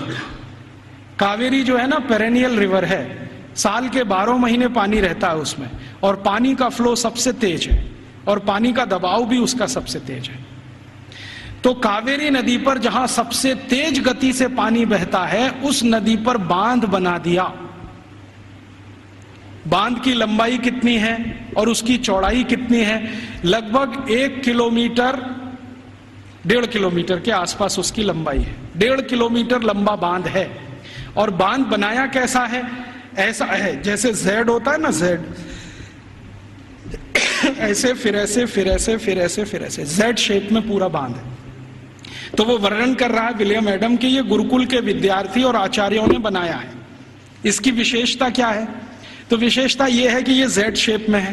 जेड शेप में क्यों बनाया, स्ट्रेट लाइन में क्यों नहीं बना दिया, एक रेखीय रेखा में क्यों नहीं बना दिया, तो कहता है इसका जवाब मुझे नहीं मालूम क्यों बनाया। बहुत दिन मैं भी सोचता रहा कि ऐसा क्यों है। अब मेरे समझ में आया थोड़े दिन पहले कि ये जब सीधी रेखा में आप कोई दीवार बनाए और पानी बहुत तेज गति से आए तो दबाव इतना ज्यादा है कि बहुत जल्दी वो टूट जाएगा। लेकिन अगर आप उसी सीधी रेखा की दीवार को ऐसे ऐसे कर दो तो पानी का प्रेशर डाइवर्ट हो जाएगा और वो डैम कभी भी नहीं टूटेगा। अब समझ में आया कि वो 825 साल से कैसे जिंदा है। तो वो बोल रहा है कि ये एक गुरुकुल ने बनाया हुआ है, और वो गुरुकुल विशाखापट्टनम के नजदीक कभी चला करता था। मैं जब गया इसको देखने के बाद हैदराबाद लौटा तो उनकी जो आर्काइव्स है उसमें गया, तो आर्काइव्स में उसके डॉक्यूमेंट्स मुझे मिल गए और गजट में भी इसके बारे में वर्णन है। तो वो कह रहा है विलियम एडम कि भारत के गुरुकुल में पढ़ने वाले विद्यार्थी और उनको पढ़ाने वाले आचार्य कितने समाज के काम करते हैं उसका ये नमूना है। राजा डैम नहीं बनाते, विद्यार्थी और उनके अध्यापक मिलकर डैम बना देते हैं। और विलियम एडम लिख रहा है कि भारत में ऐसे हजारों तालाब गांव-गांव में विद्यार्थियों ने और उनके अध्यापकों ने बना दिए। ऐसी हजारों गौशालाएं गांव-गांव में विद्यार्थियों ने और अध्यापकों ने बना दी। ऐसी हजारों समाज उपयोगी चीजें जैसे धर्मशालाएं, कुएं, पानी की रहट, ये सब विद्यार्थियों ने अध्यापकों के साथ मिलकर बना दिए। तो विलियम एडम कह रहा है कि भारत के गुरुकुल सिर्फ शिक्षा का केंद्र या विद्या का केंद्र ही नहीं है, ये गुरुकुल अपने विद्यार्थी और अध्यापकों के साथ मिलकर समाज के इतने बड़े काम कर रहे हैं जो वर्षों वर्षों तक भारत के लोगों के उपयोग में आने वाले हैं। तो इस तरह की थी हमारी शिक्षा व्यवस्था। अब क्या हुआ, इस शिक्षा व्यवस्था को जब मैकॉले ने पूरे ठीक से डिस्क्राइब किया लंदन में, तो लंदन में ब्रिटिश पार्लियामेंट के सभी सांसदों ने कहा कि अगर ऐसी शिक्षा व्यवस्था भारत में है तो भारत तो बहुत समृद्धशाली है, पैसे वाला है, ये हमें समझ में आता है। कई गुरुकुलों का उसने वर्णन किया है जो कृषि विज्ञान सिखाते हैं, कृषि शास्त्र सिखाते हैं। तमिलनाडु के कई गुरुकुलों का जिक्र है जिसमें कृषि विज्ञान ऐसा सिखाया जाता है जहां 1 एकड़ में 56 क्विंटल चावल पैदा होता है, उसकी विद्या वो सीखते हैं वहां पर। आज भारत में जितने भी एग्रीकल्चरल यूनिवर्सिटीज है ना, वो 1 एकड़ में 30 क्विंटल से ज्यादा धान कभी पैदा करके दे नहीं पाए, लेकिन 1835 में विलियम एडम कह रहा है कि 1 एकड़ में 56 क्विंटल धान पैदा करना तो सामान्य बात है, और ऐसी शिक्षा देने वाले, विद्या देने वाले सैकड़ों गुरुकुल भारत में है। तो कुछ कृषि सिखाते हैं, कुछ मेटलर्जी सिखाते हैं, कुछ कंस्ट्रक्शन इंजीनियरिंग में सिखाते हैं, कुछ और कुछ सिखाते होंगे, ऐसे 18-20 विषयों के सारे ये गुरुकुल हैं। तो वो कह रहा है कि भारत सुखी है, समृद्धशाली है, वो इन गुरुकुलों के कारण। तो वो कह रहा है कि अब भारत को अगर गुलाम बनाना है तो इस शिक्षा व्यवस्था को जब तक हम तोड़ेंगे नहीं तब तक भारत गुलाम बनता नहीं। तो फिर उसको पूछ रहा है इंग्लैंड का राजा कि अब आपके पास क्या योजना है। तो कह रहा है कि मेरे पास एक योजना है कि हमारी जो सरकार भारत में चल रही है उसको आदेश दिया जाए कि भारत के ये जो गुरुकुल हैं, इंडिजिनस एजुकेशन सिस्टम वो कहते हैं इसको, भारत का स्थानीय शिक्षा तंत्र, तो कह रहे हैं जो इंडियन एजुकेशन सिस्टम है या इंडिजिनस एजुकेशन सिस्टम है, इसको कानून बनाकर हम गैर कानूनी घोषित कर देंगे, इल्लीगल, कि ये सब कुछ अवैधानिक है, गैर कानूनी। उसके लिए कानून बना देंगे लंदन में, यहां से वो चला जाएगा भारत में, उसको लागू करा देंगे। थोड़े दिन में ये सब गुरुकुल बंद हो जाएंगे, क्योंकि हमारे पास जब कानून आ जाएगा तो कानून के डंडे से हम इनको बंद करा देंगे कि ये इल्लीगल है, बंद करो। नहीं बंद करेंगे तो दंड देंगे उनको, थोड़े दिन में दंड देते देते अपने आप बंद हो जाएंगे। तब अंग्रेजों की संसद ने एक कानून बनाया जिसका नाम है इंडियन एजुकेशन एक्ट, और वो पारित हुआ, बाद में भारत की संसद में पारित हुआ और उसको लागू किया गया। तो उसमें तय ये किया गया कि जितने भी गुरुकुलों में संस्कृत माध्यम से विद्या सिखाई जाती है वो सब गैर कानूनी। फिर कहा गया कि जितने भी गुरुकुलों में स्थानीय भाषाओं की मदद से, जैसे तेलुगु, तमिल, कन्नड़, मलयालम, मराठी, गुजराती, इनके माध्यम से विद्या दी जाती है, वो भी गैर कानूनी। तो कानूनी क्या? कानूनी वो जहां अंग्रेजी के माध्यम से शिक्षा दी जाती है, वो कानूनी। तो मैकॉले ने क्या किया, ये कानून लागू करा के फिर भारत के गुरुकुलों पर डंडा चलाया, बुलडोजर चलवाए, एक एक करके उनका नाश किया। जहां गुरुकुल बंद नहीं हो पाए वहां के अध्यापकों को जेल में डाल दिया, विद्यार्थियों को जेल में डाल दिया। कई कई जगह तो अत्याचार इतने हुए कि अध्यापकों के हाथ काट दिए गए, सिर काट दिए गए, कई कई गुरुकुलों में आग लगा दी गई, उनके पुस्तकालय जला दिए। ये सब अंग्रेजों ने अत्याचार 100 साल तक किया, 1840 से 1940 तक। इधर वो अत्याचार करते गए, भारत के गुरुकुल खत्म होते गए। दूसरी तरफ उन्होंने कॉन्वेंट स्कूल शुरू किए जो यूरोप में आज भी चलते हैं और किसी उद्देश्य की पूर्ति के लिए चलाए जाते हैं। मैं आपको एक इंटरेस्टिंग बात और बता दूं कि जो अंग्रेजी दस्तावेजों का मैं अध्ययन कर रहा हूं उसमें से एक और दस्तावेज है। ये कॉन्वेंट क्या होता है? यूरोप में एक बहुत खराब परंपरा है जो अभी 1950 तक चलती रही। जैसे स्त्रियों को वोट देने का अधिकार नहीं, स्त्रियों में आत्मा नहीं, वो बैंक अकाउंट नहीं खोल सकते, ऐसी ही एक बहुत खराब परंपरा इंग्लैंड में, फ्रांस में, जर्मनी, सभी देशों में, कि बच्चों को घर में रखना नहीं, बच्चे पैदा हुए तो अनाथ आश्रम में देना, ये उनकी पुरानी परंपरा है। और कई लोगों ने तो क्या किया है कि बच्चों को पैदा होते ही घर के बाहर टोकरी में रख दिया कि अनाथ आश्रम का कोई आएगा उठा ले जाएगा, लेकिन कई बार कुत्ते उठा ले जाते हैं उसको, भेड़िए उठा ले जाते हैं। यूरोप का जो आधुनिक फिलोसोफर्स में एक माना जाता है ना, रूसो, उसके 5 बच्चे पैदा हुए, 4 को उसने ऐसे ही छोड़ दिया घर के बाहर टोकरी में रख के, 2 को कुत्ते खा गए, 2 को अनाथ आश्रम वाले ले गए। यूरोप में ये बहुत पुरानी परंपरा है बच्चों को लावारिस छोड़ना। क्यों छोड़ना? तो प्लेटो कहता है कि स्त्री और पुरुष के आनंद के क्षणों में बच्चे बाधा हैं, इसलिए मत रखो घर में। ये प्लेटो की शिक्षा है। वो कहता है कि अच्छे नहीं है बच्चे घर में रखना। और वो ये कहता है कि जीवन का चरम तो आनंद ही है, और वो भी शरीर का आनंद है। वो कहता है जीवन तो इसी के लिए मिला है कि हम शारीरिक आनंद की प्राप्ति करें, और बच्चे इसमें बाधा हैं, तो बच्चों को रखना नहीं घर में, तो छोड़ देना। तो वहां बच्चे छोड़ने की परंपरा है। अब बच्चे छोड़े जाते हैं तो राजा उनकी व्यवस्था करे छोड़े हुए बच्चों की। तो राजा कुछ संस्थाएं खड़ी करता है, उन संस्थाओं को कॉन्वेंट कहते हैं। कॉन्वेंट माने लावारिस बच्चों को पालने वाली संस्थाएं, अनाथ बच्चों को पालने वाली संस्थाएं। कॉन्वेंट माने अनाथ बच्चों के स्कूल, लावारिस बच्चों के स्कूल। तो यूरोप में ये कॉन्वेंट चलते हैं। तो ये मैकॉले कह रहा है कि भारत में भी यही चलाएंगे हम। तो कोई सांसद उससे पूछ रहा है कि भारत में कोई अनाथ होता है? उसने कहा होता तो नहीं है, लेकिन हम बनाएंगे। होता तो कोई नहीं है, क्योंकि भारत में किसी बच्चे के माता पिता भी मर जाएं तो उसके चाचा चाची हैं, ताऊ ताई है, मामा मामी है, मौसा मौसी है, बुआ फूफा, कोई तो लेगा उसको। यूरोप में तो है माता पिता, तो भी छोड़ देंगे। तो यूरोप में ये जो लावारिस बच्चे हैं, इनको पालने के लिए कॉन्वेंट खड़े किए जाते हैं। कॉन्वेंट को चलाने वाले ज्यादातर क्रिश्चियन इंस्टीट्यूट होते हैं या चर्च होता है। राजा चर्च को दान देता है और उस पैसे से ये सब चलते हैं। तो सबसे पहला कॉन्वेंट इस मैकॉले ने भारत में खुलवाया, कलकत्ता में। और उस कॉन्वेंट में कोई पढ़ने नहीं आता था, तो इसने दूसरा कानून बनवाया कि जो भारतवासी ईस्ट इंडिया कंपनी और अंग्रेज सरकार की नौकरी करेंगे और कलकत्ता में रहेंगे, उनको अपने बच्चे यहां भेजना आवश्यक है, नहीं तो नौकरी जाएगी। तो जबरदस्ती भारतवासी जो उनके यहां काम करते थे, उन्होंने अपने बच्चे भेजना शुरू किया। फिर धीरे धीरे 1 कॉन्वेंट से 2 हुआ, 2 से 3 हुए, 3 से 10, 10 से 20, 50, 100, अब हजारों हो गए। अब भारत में ऐसा कोई गांव नहीं जहां कॉन्वेंट नहीं। तो मैकॉले ने एक विष बीज डाल दिया जो अभी वट वृक्ष बन के फैल गया। अब तो ऐसे ऐसे कॉन्वेंट स्कूल हैं इस देश में, बजरंगबली कॉन्वेंट स्कूल। आपको देखना हो तो मैं दिखा सकता हूं आपको। बंबई में है, ग्रांट रोड के पास है, रेलवे स्टेशन से बिल्कुल सटा हुआ, बजरंगबली कॉन्वेंट स्कूल। हाँ, और एक कॉन्वेंट स्कूल है संतोषी माता कॉन्वेंट स्कूल, एक है सरस्वती देवी कॉन्वेंट स्कूल, एक महावीर स्वामी कॉन्वेंट स्कूल खुला है अभी बेंगलोर में, जबरदस्त।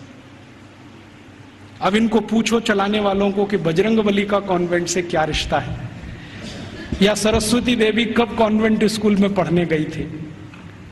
मूर्खों के मूर्ख इस देश में पैदा हो गए, ना तो अंग्रेज हैं ना तो हिंदुस्तानी हैं, खिचड़ी बन के इस समाज में पड़े हुए।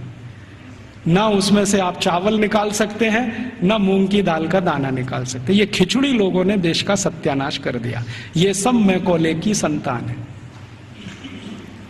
मैकॉले तो छोड़ गया कुछ। जब अंग्रेज गए थे ना, तो रिकॉर्ड्स बताते हैं कि 350 कॉन्वेंट स्कूल थे 15 अगस्त 1947 तक। अब शायद वो 30-35 हजार हो गए हों, तो कोई आश्चर्य की बात नहीं। अब यूरोप में जो कॉन्वेंट स्कूल हैं, वैसी ही शिक्षण यहां हो रहा है। यूरोप में क्या होता है ना, मैंने आपसे कहा कॉन्वेंट माने लावारिस बच्चों के स्कूल। तो वहां जो बच्चे पढ़ने आते हैं, उनको सिखाया जाता है कि देखो ये जो अध्यापक है वो अध्यापक नहीं है, ये फादर है, ये मदर है, क्योंकि असली का पता नहीं।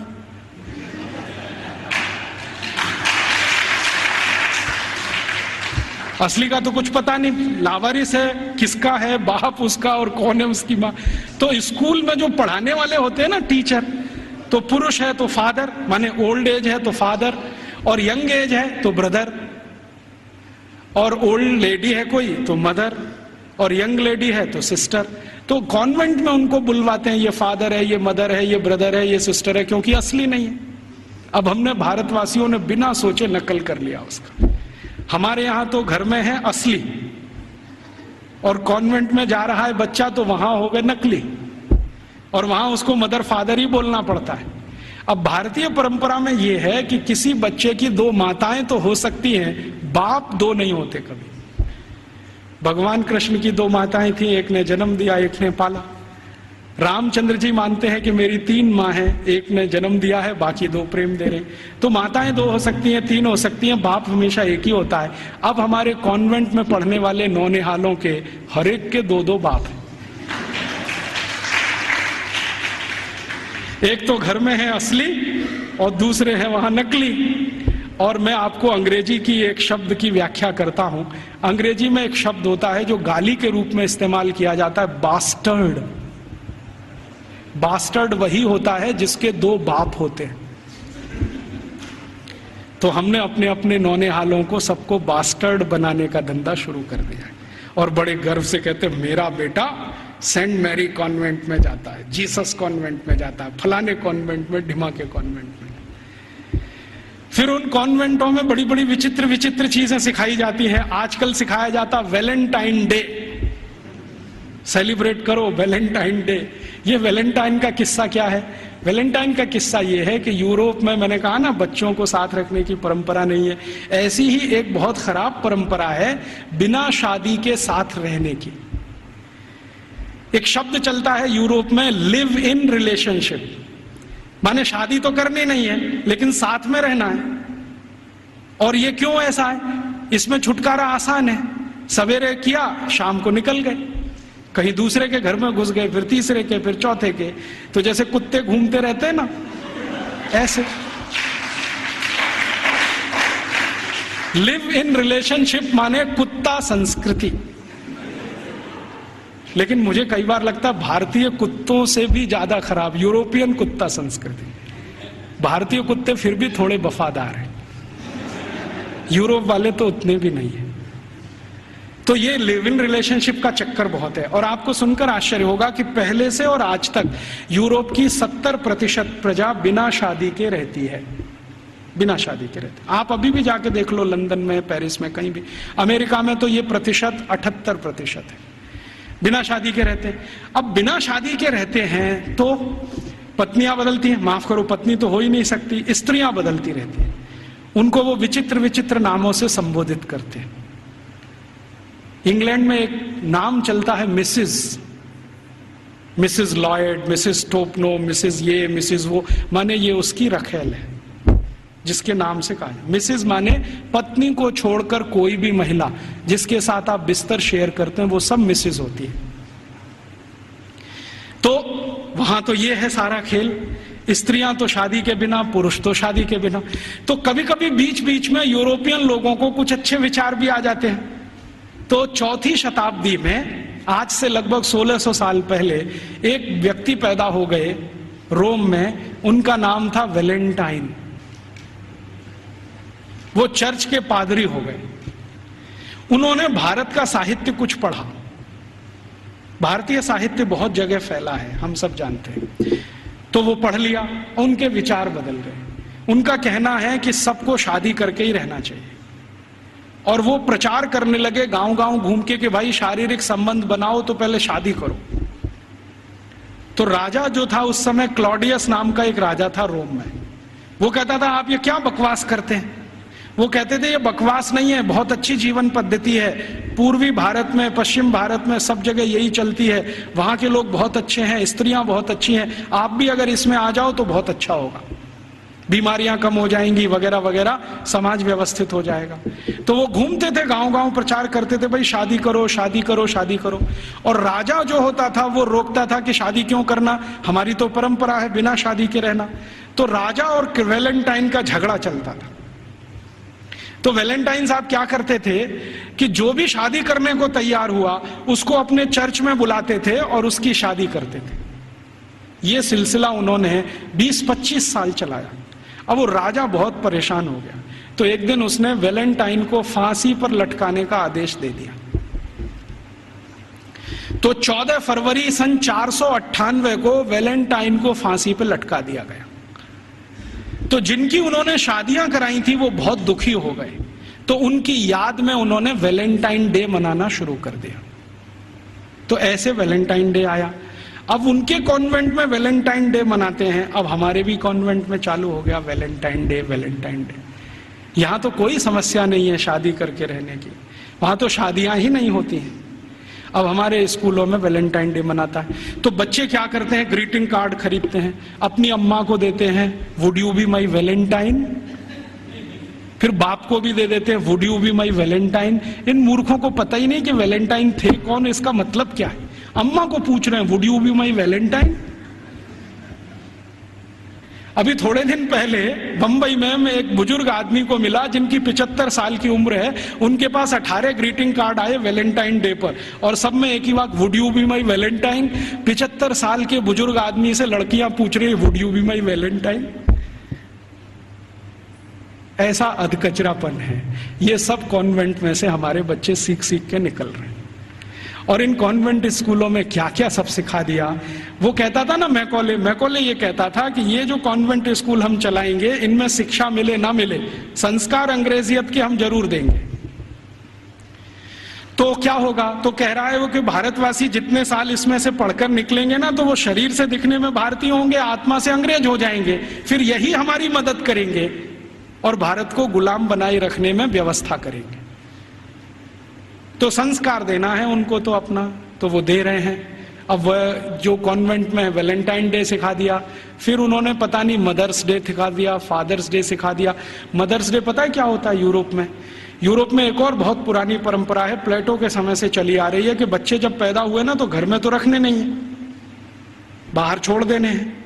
तो उन बच्चों को मां का दूध नसीब नहीं है, तो चर्च में जो होती है ना सिस्टर्स होती है, वो अपना दूध उनको उपलब्ध कराती है।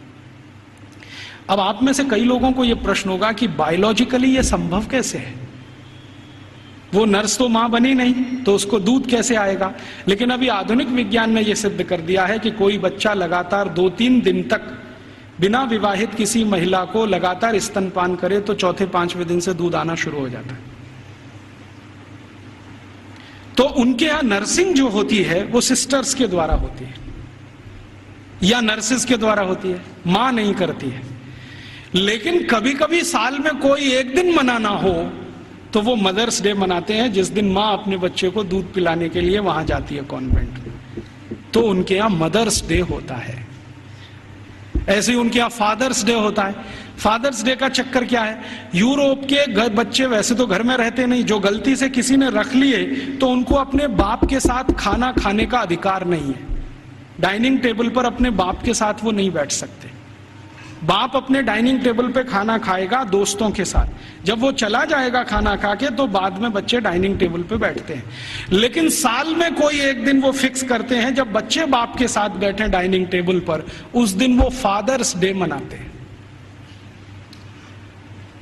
अब उनके मदर्स डे, उनके फादर्स डे, उनके ब्रदर्स डे, उनके सिस्टर्स डे या उनका वैलेंटाइन डे, उसके पीछे कुछ कहानियां हैं।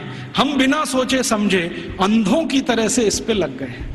कई बार मैं देखता हूं अजमेर जैसे शहर में, जयपुर जैसे शहर में मदर्स डे पे रैली निकाली जा रही है, प्ले कार्ड लेके बच्चियां अपने अपने हाथ में जा रही हैं, स्कूल कॉलेज उनका छुड़वा दिया जाता है, और ये सब मूर्ख सरकारी अधिकारी किया करते हैं। फिर फादर्स डे पे निकालते हैं, फिर इस पे निकालते हैं, ये सब तमाशेबाजी। ये मैकॉले हमारे यहाँ छोड़ के गया, और वो बार बार कहता था कि हमें संस्कार देना है, शिक्षा दे पाए ना दे पाए वो महत्व का नहीं, अंग्रेजियत का संस्कार देना है। तो वो दे गया। अब वो हमारे खून में घुस गया, और इतना घुस गया है कि कुछ समझ में नहीं आता ये निकले कैसे। कई बार मैं किसी के घर में जाता हूं तो पिताजी का नाम है रामदयाल, माताजी का नाम गायत्री देवी, बेटे का नाम टिंकू। अब मैं पूछता हूं कि ये रामदयाल और गायत्री देवी का टिंकू कहां से आ गया, या रामदयाल और गायत्री देवी की बेटी का नाम डिम्पल, ट्विंकल, बबली, डबली। क्या है बबली का मतलब, क्या है डबली का मतलब, इस तरह के नाम हमने रखे हुए। घुस गई अंग्रेजियत हमारे घर में। हम सब मातृभाषा में हिंदी हैं और रोज घर में बोलते हो Rajiv Dixit, she is my Mrs. तो मैं पूछता हूं really she is your Mrs? क्योंकि यूरोप में मिसेस का माने धर्म पत्नी को छोड़कर कोई भी महिला, और उनकी धर्म पत्नी कहती हो Rajiv Dixit, he is my mister. तो मैं पूछता हूं रियली? क्योंकि यूरोप में मिस्टर का माने पति को छोड़कर कोई भी पुरुष, और मिस तो बहुत ही खराब है। मिस है फ्रेंच शब्द है। मिस का माने एक ऐसी महिला जो जिंदगी भर वैश्यावृत्ति करे, शादी ना कर सके, वो मिस है। हम बड़े गर्व से लिखते हैं मिस फलाना, मिस ढिमाका, मिस ये, मिस वो, बिना सोचे समझे। और सबसे खतरनाक शब्द यूरोप में है अंकल, सबसे खतरनाक है। क्योंकि जिसके बारे में आपको कुछ बताना ही नहीं हो उसको अंकल बोल दो, जिसके बारे में नहीं बताना हो उसको आंटी बोल दो। हमारे यहाँ अंकल आंटी कैसे हो सकते हैं? या तो चाचा होंगे, या तो काका होंगे, या तो मामा होंगे, या तो मौसा होंगे, या तो ताऊ होंगे। सब कुछ हमारे यहाँ निश्चित है। अंकल तो बहुत ही अनिश्चित शब्द है, आंटी तो और भी। मैं कॉलेज छोड़ गया तो हमने अपने बच्चों से मम्मी बोल, डैडी बोल, ये बुलवाना शुरू कर दिया। मम्मी का मतलब है मरा हुआ, और डैडी मरे हुए जैसा, और बड़े शौक से बुलवाते मम्मी बोल, डैडी बोल। अब यूरोप में जो भूषा थी ना, वो हमारे कॉन्वेंट में घुस गई। यूरोप में क्या टाई लगाना है, सूट पहनना है, क्योंकि ठंड बहुत है। हमने यहाँ 50 डिग्री टेम्परेचर वाले अजमेर में भी टाई लगवा दिया सबको। इतनी भयंकर गर्मी है, अंदर से पसीना पसीना हो रहा है। और कभी कभी तो रोज मैं ये दृश्य देखता हूँ, एक दूल्हे राजा जून की गर्मी में शादी करने जा रहे हैं, 3 पीस सूट और टाई लगा के घोड़े पे चढ़ के बैठे हुए हैं। उनको पूछो भाई तुमको सुपर इडियट बनने का यही दिन मिला है? कहता राजीव भाई एक दिन तो कर लेने दो, तो तुमको यही दिन मिला है अपनी शादी का? ऐसे हमारी भाषा बदल दिया, भूषा बदल गया, भोजन बदल गया। कॉन्वेंट स्कूलों से बच्चे सीख रहे हैं पिज्जा खाओ, बर्गर खाओ, हॉट डॉग खाओ, कोल्ड डॉग खाओ, चाउमीन खाओ, नूडल्स खाओ। तो उनका भोजन, उनकी भाषा, उनकी भूषा, उनका भजन, रॉक म्यूजिक, पॉप म्यूजिक, सब कुछ घुस गया। अब ये कर दिया, सब बंटा था। अब ना तो हम भारतीय रह पाए, ना अंग्रेज बन पाए। अगर कोई सभ्यता खिचड़ी बन जाए, उसका भविष्य बहुत खराब होता है। मुझे कई बार ऐसा लगता है कि या तो हम भारतवासी पूरी ताकत लगा के अपने को अंग्रेज बना लें, नहीं तो पूरी ईमानदारी से भारतीय हो जाएं। ये अधकचरे ना रहें बीच में, क्योंकि इस अधकचरेपन ने हमारी जनरेशन्स को, पीढ़ियों को खत्म कर दिया। तो इस अंग्रेजियत के शिक्षा तंत्र ने जो यूरोप से आया, क्या किया है आज हमारे देश में। एक दो और उदाहरण देता हूं। कॉन्वेंट स्कूलों में किताबें पढ़ाई जाती हैं जिनमें बिल्कुल स्पष्ट बच्चों को सुनाया जा रहा है, पढ़ाया जा रहा है कि भगत सिंह तो आतंकवादी, ऊधम सिंह तो आतंकवादी, चंद्रशेखर तो आतंकवादी, और महाराजा रणजीत सिंह तो लुटेरे। आप जानते हैं सिख समाज के बहुत प्रतिष्ठित धर्मगुरु महाराजा रणजीत सिंह, जिन्होंने न सिर्फ अंग्रेजों से लोहा लिया बल्कि मुसलमानों से भी इस देश को बचाया, उनको लुटेरा।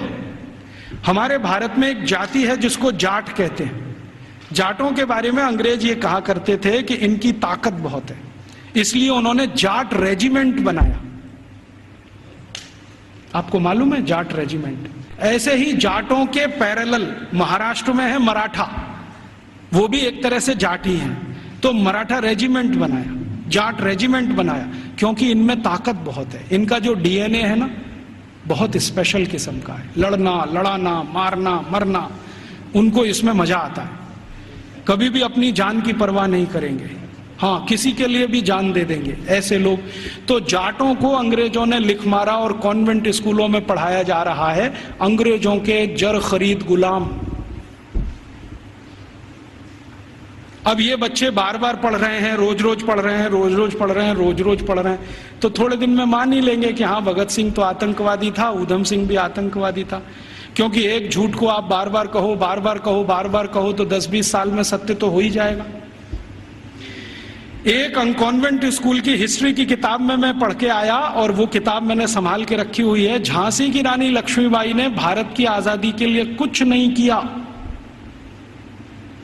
और उसका जीवन चरित्र लिखा गया है कि वो एक अंग्रेज अधिकारी जॉन लेक के प्रेम और मोहब्बत में ही फंसी रही जिंदगी भर। झांसी की रानी लक्ष्मीबाई के बारे में ऐसी सब चीजें पढ़ाई जा रही हैं। और धीरे धीरे हुआ क्या है, इन कॉन्वेंट स्कूलों के बनाए हुए सिलेबस को भारत सरकार ने सारे देश का सिलेबस बना दिया है, पूरे देश का। अब संसद में भले ही कितना हंगामा हो, लेकिन सरकार कहती है जी सत्य तो यही है, क्योंकि अंग्रेजों ने लिखा है। और हमारे प्रधानमंत्री भी कहते हैं सच्चे सत्यवादी तो अंग्रेज ही थे जो हमको ये सब सिखा के गए।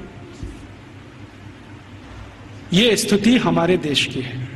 तो ऐसी गंभीर स्थिति में हम सबको सोचना है, आज शिक्षक दिवस है, तो हम सब सोचें कि इस शिक्षा का क्या करें जो यूरोप से आई है और हमारे देश में जड़ जमा के बैठ गई है। मुझे बहुत कष्ट होता है आपको ये बताते हुए कि भारत में जो कॉन्वेंट स्कूल चल रहे हैं, आप जानते हैं इनके पास सबसे ज्यादा भूमि है भारत देश की। मैंने संसद में एक प्रश्न करवाया था, आप यहां बैठे हैं, मेरे एक दोस्त हैं अखिलेश कुमार करके गोरखपुर से, और उसके पास के क्षेत्र से सांसद हैं। मैंने कहा जरा ये पूछ तो लो कि भारत में सरकार के बाद किसके पास सबसे ज्यादा जमीन है।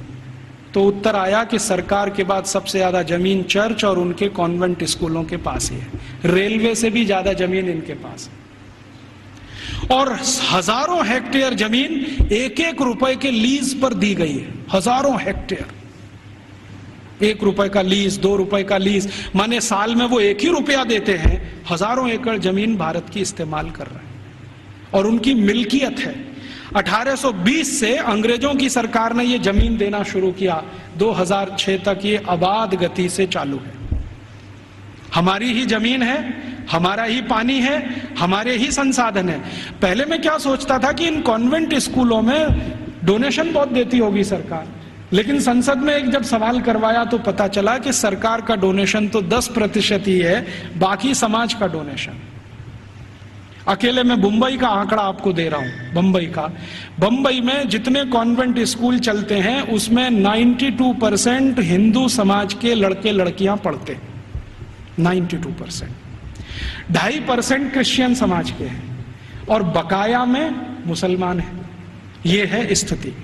तो 92% विद्यार्थी हिंदू समाज के जो पढ़ते हैं बंबई में कॉन्वेंट स्कूलों में, वो सब विद्यार्थी के माँ बाप 1 साल की फीस के रूप में 18,000 करोड़ रुपए देते हैं।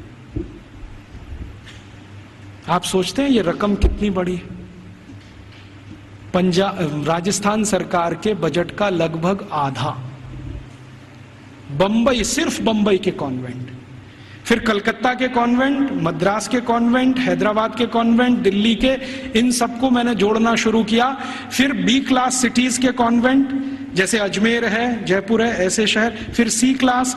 कुल कॉन्वेंट स्कूलों में साल का भारतीय समाज के द्वारा 1 लाख करोड़ रुपए से ज्यादा का डोनेशन और फीस दी जा रही है। हमसे पैसा ले रहे हैं और हमारे ही बच्चों का दिमाग घुमा रहे हैं। और ऐसे ऐसे दिमाग घुमाए जाते हैं। एक कॉन्वेंट स्कूल के खिलाफ मैंने मुकदमा दाखिल किया हुआ है गुजरात हाई कोर्ट में। मामला क्या था, छोटे छोटे बच्चे वहां पढ़ने को आते हैं, तो उन बच्चों को लेने के लिए बस जाती है, तो ड्राइवर को कहा जाता है कि जानबूझ के बस बंद कर देना। तो कभी भी वो ड्राइवर बस बंद कर देता है। फिर बच्चों को कहता देखो बस खराब हो गई, तुम्हारे भगवान का नाम लो। तो बच्चे का नाम लेते हैं, हनुमान जी का, राम का, बस चालू नहीं होती। फिर वो कहता देखो तुम्हारे भगवान तो कमजोर हैं, ये तो चालू नहीं हो रही। अब ईसा मसीह का नाम लो। जैसे ही बच्चे ईसा मसीह का नाम लेते हैं वो तुरंत स्टार्ट कर देता है। तो 3-3 साल के बच्चों के दिमाग में आ जाता अरे ईसा मसीह तो बहुत ताकतवर है। फिर वो बच्चे आके अपने घर में मम्मी पापा को बोलते हैं अरे देखो हमारी बस खराब हो गई थी, हमने ईसा मसीह का नाम लिया, वो चालू हो गई। ये मैंने एक घर में एक बच्चे के मुंह से सुना, उस दिन मेरी आत्मा हिल गई। मैंने कहा ये हो क्या रहा है। आज मैं आपके यहां आने से पहले शाहपुरा एक छोटे से नगर में था, तो वहां पर राम सनेही संप्रदाय के एक बड़े संत हैं। उन्होंने तो कहा कि इतना ही नहीं होता, कॉन्वेंट स्कूल में आगे भी होता है।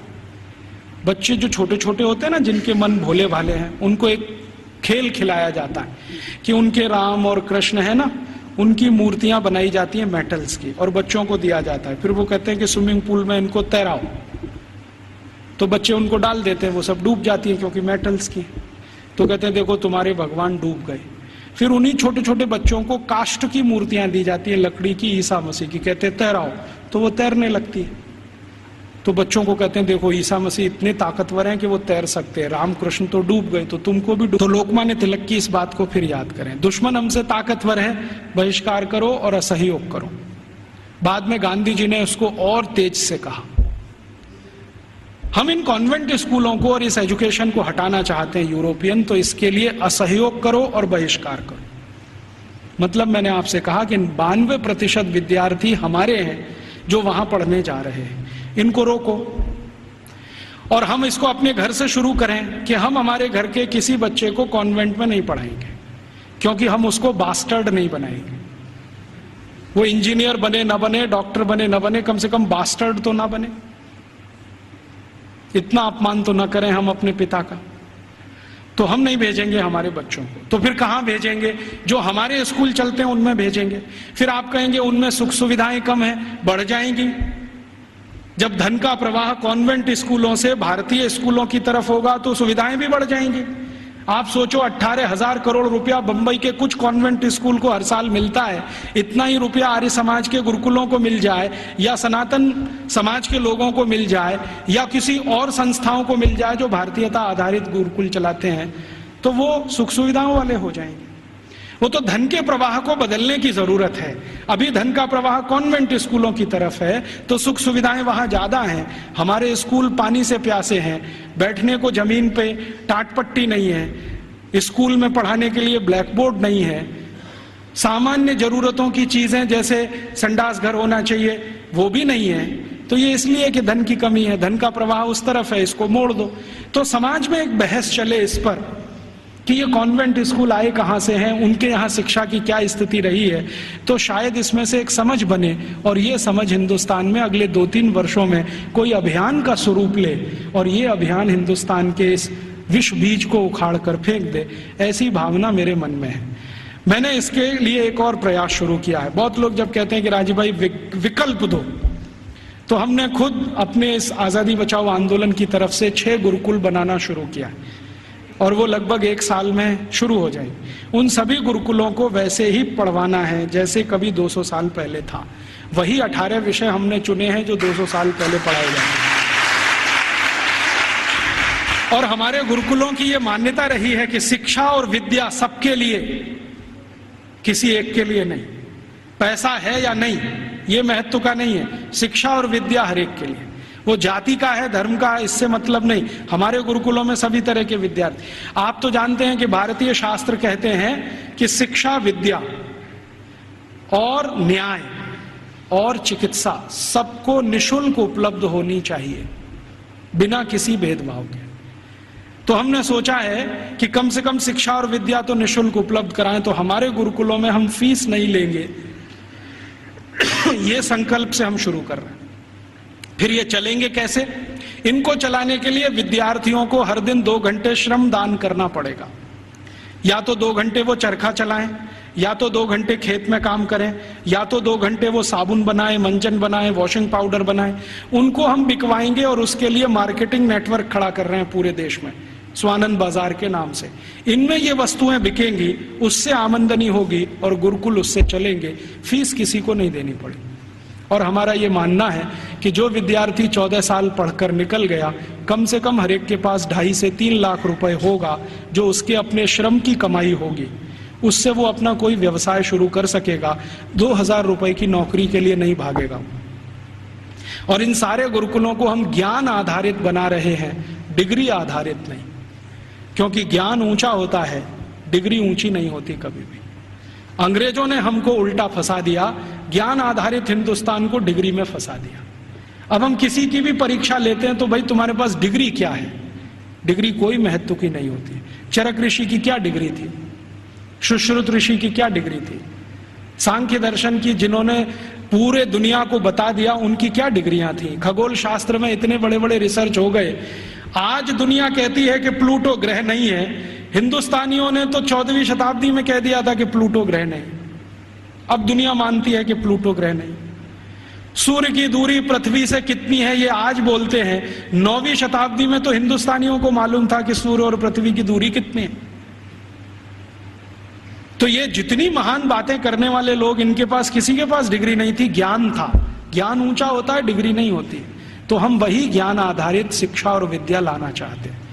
अभी शुरू में हम शायद माइनॉरिटी में होंगे, लेकिन हर माइनॉरिटी समय में मेजॉरिटी हो जाती है।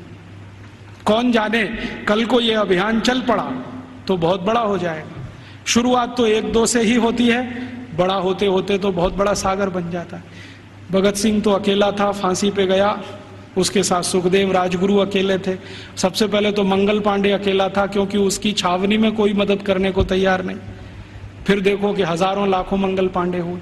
तो आज हम शुरू कर रहे हैं, हो सकता है थोड़े दिन में ये हजारों लाखों हो जाए, लेकिन इसमें आप सबका प्रयास होगा तो होगा, अकेले हम करेंगे तो नहीं होगा। तो आप भी इसमें लगे, हम भी लगे हैं, और आप में से जो आर्य समाजी हैं उनके लिए तो ये बहुत आसान है। मैंने एक पाठ्यक्रम तैयार किया है, आर्य समाज के जितने गुरुकुल भारत में चलते हैं उनको हम वो दे सकते हैं। हमारा उस पर कोई कॉपीराइट नहीं है, सबको कॉपी करने का कंप्लीट राइट है, क्योंकि हम मानते नहीं कि ज्ञान पर किसी का विशेष अधिकार है। ज्ञान तो सबके लिए, मैंने कहीं से लिया, आपको दिया, आप किसी और को दे दीजिए। तो आर्य समाज के सभी गुरुकुलों को मैं दे सकता हूं और दूसरे गुरुकुलों को दे सकता हूं, वहां भी ये साथ साथ शुरू हो जाए, हम प्रयास करें, आप भी करें, तो हो सकता है 3-4 साल में इस देश की शिक्षा का ढांचा और दिशा दोनों बदल जाए। ऐसे अभीष्ट की कामना करके आपके पास आया, आपने बड़े ध्यान शांति से सुना, आपका आभारी हूं। इन बातों को किसी और को भी सुनाएंगे तो और आभारी रहूंगा। कुछ बातें ऐसी मैंने कही हों जो आपको अच्छी न लगी हो तो उनको यहीं छोड़कर जाइए, उसके लिए माफी चाहता हूं। धन्यवाद।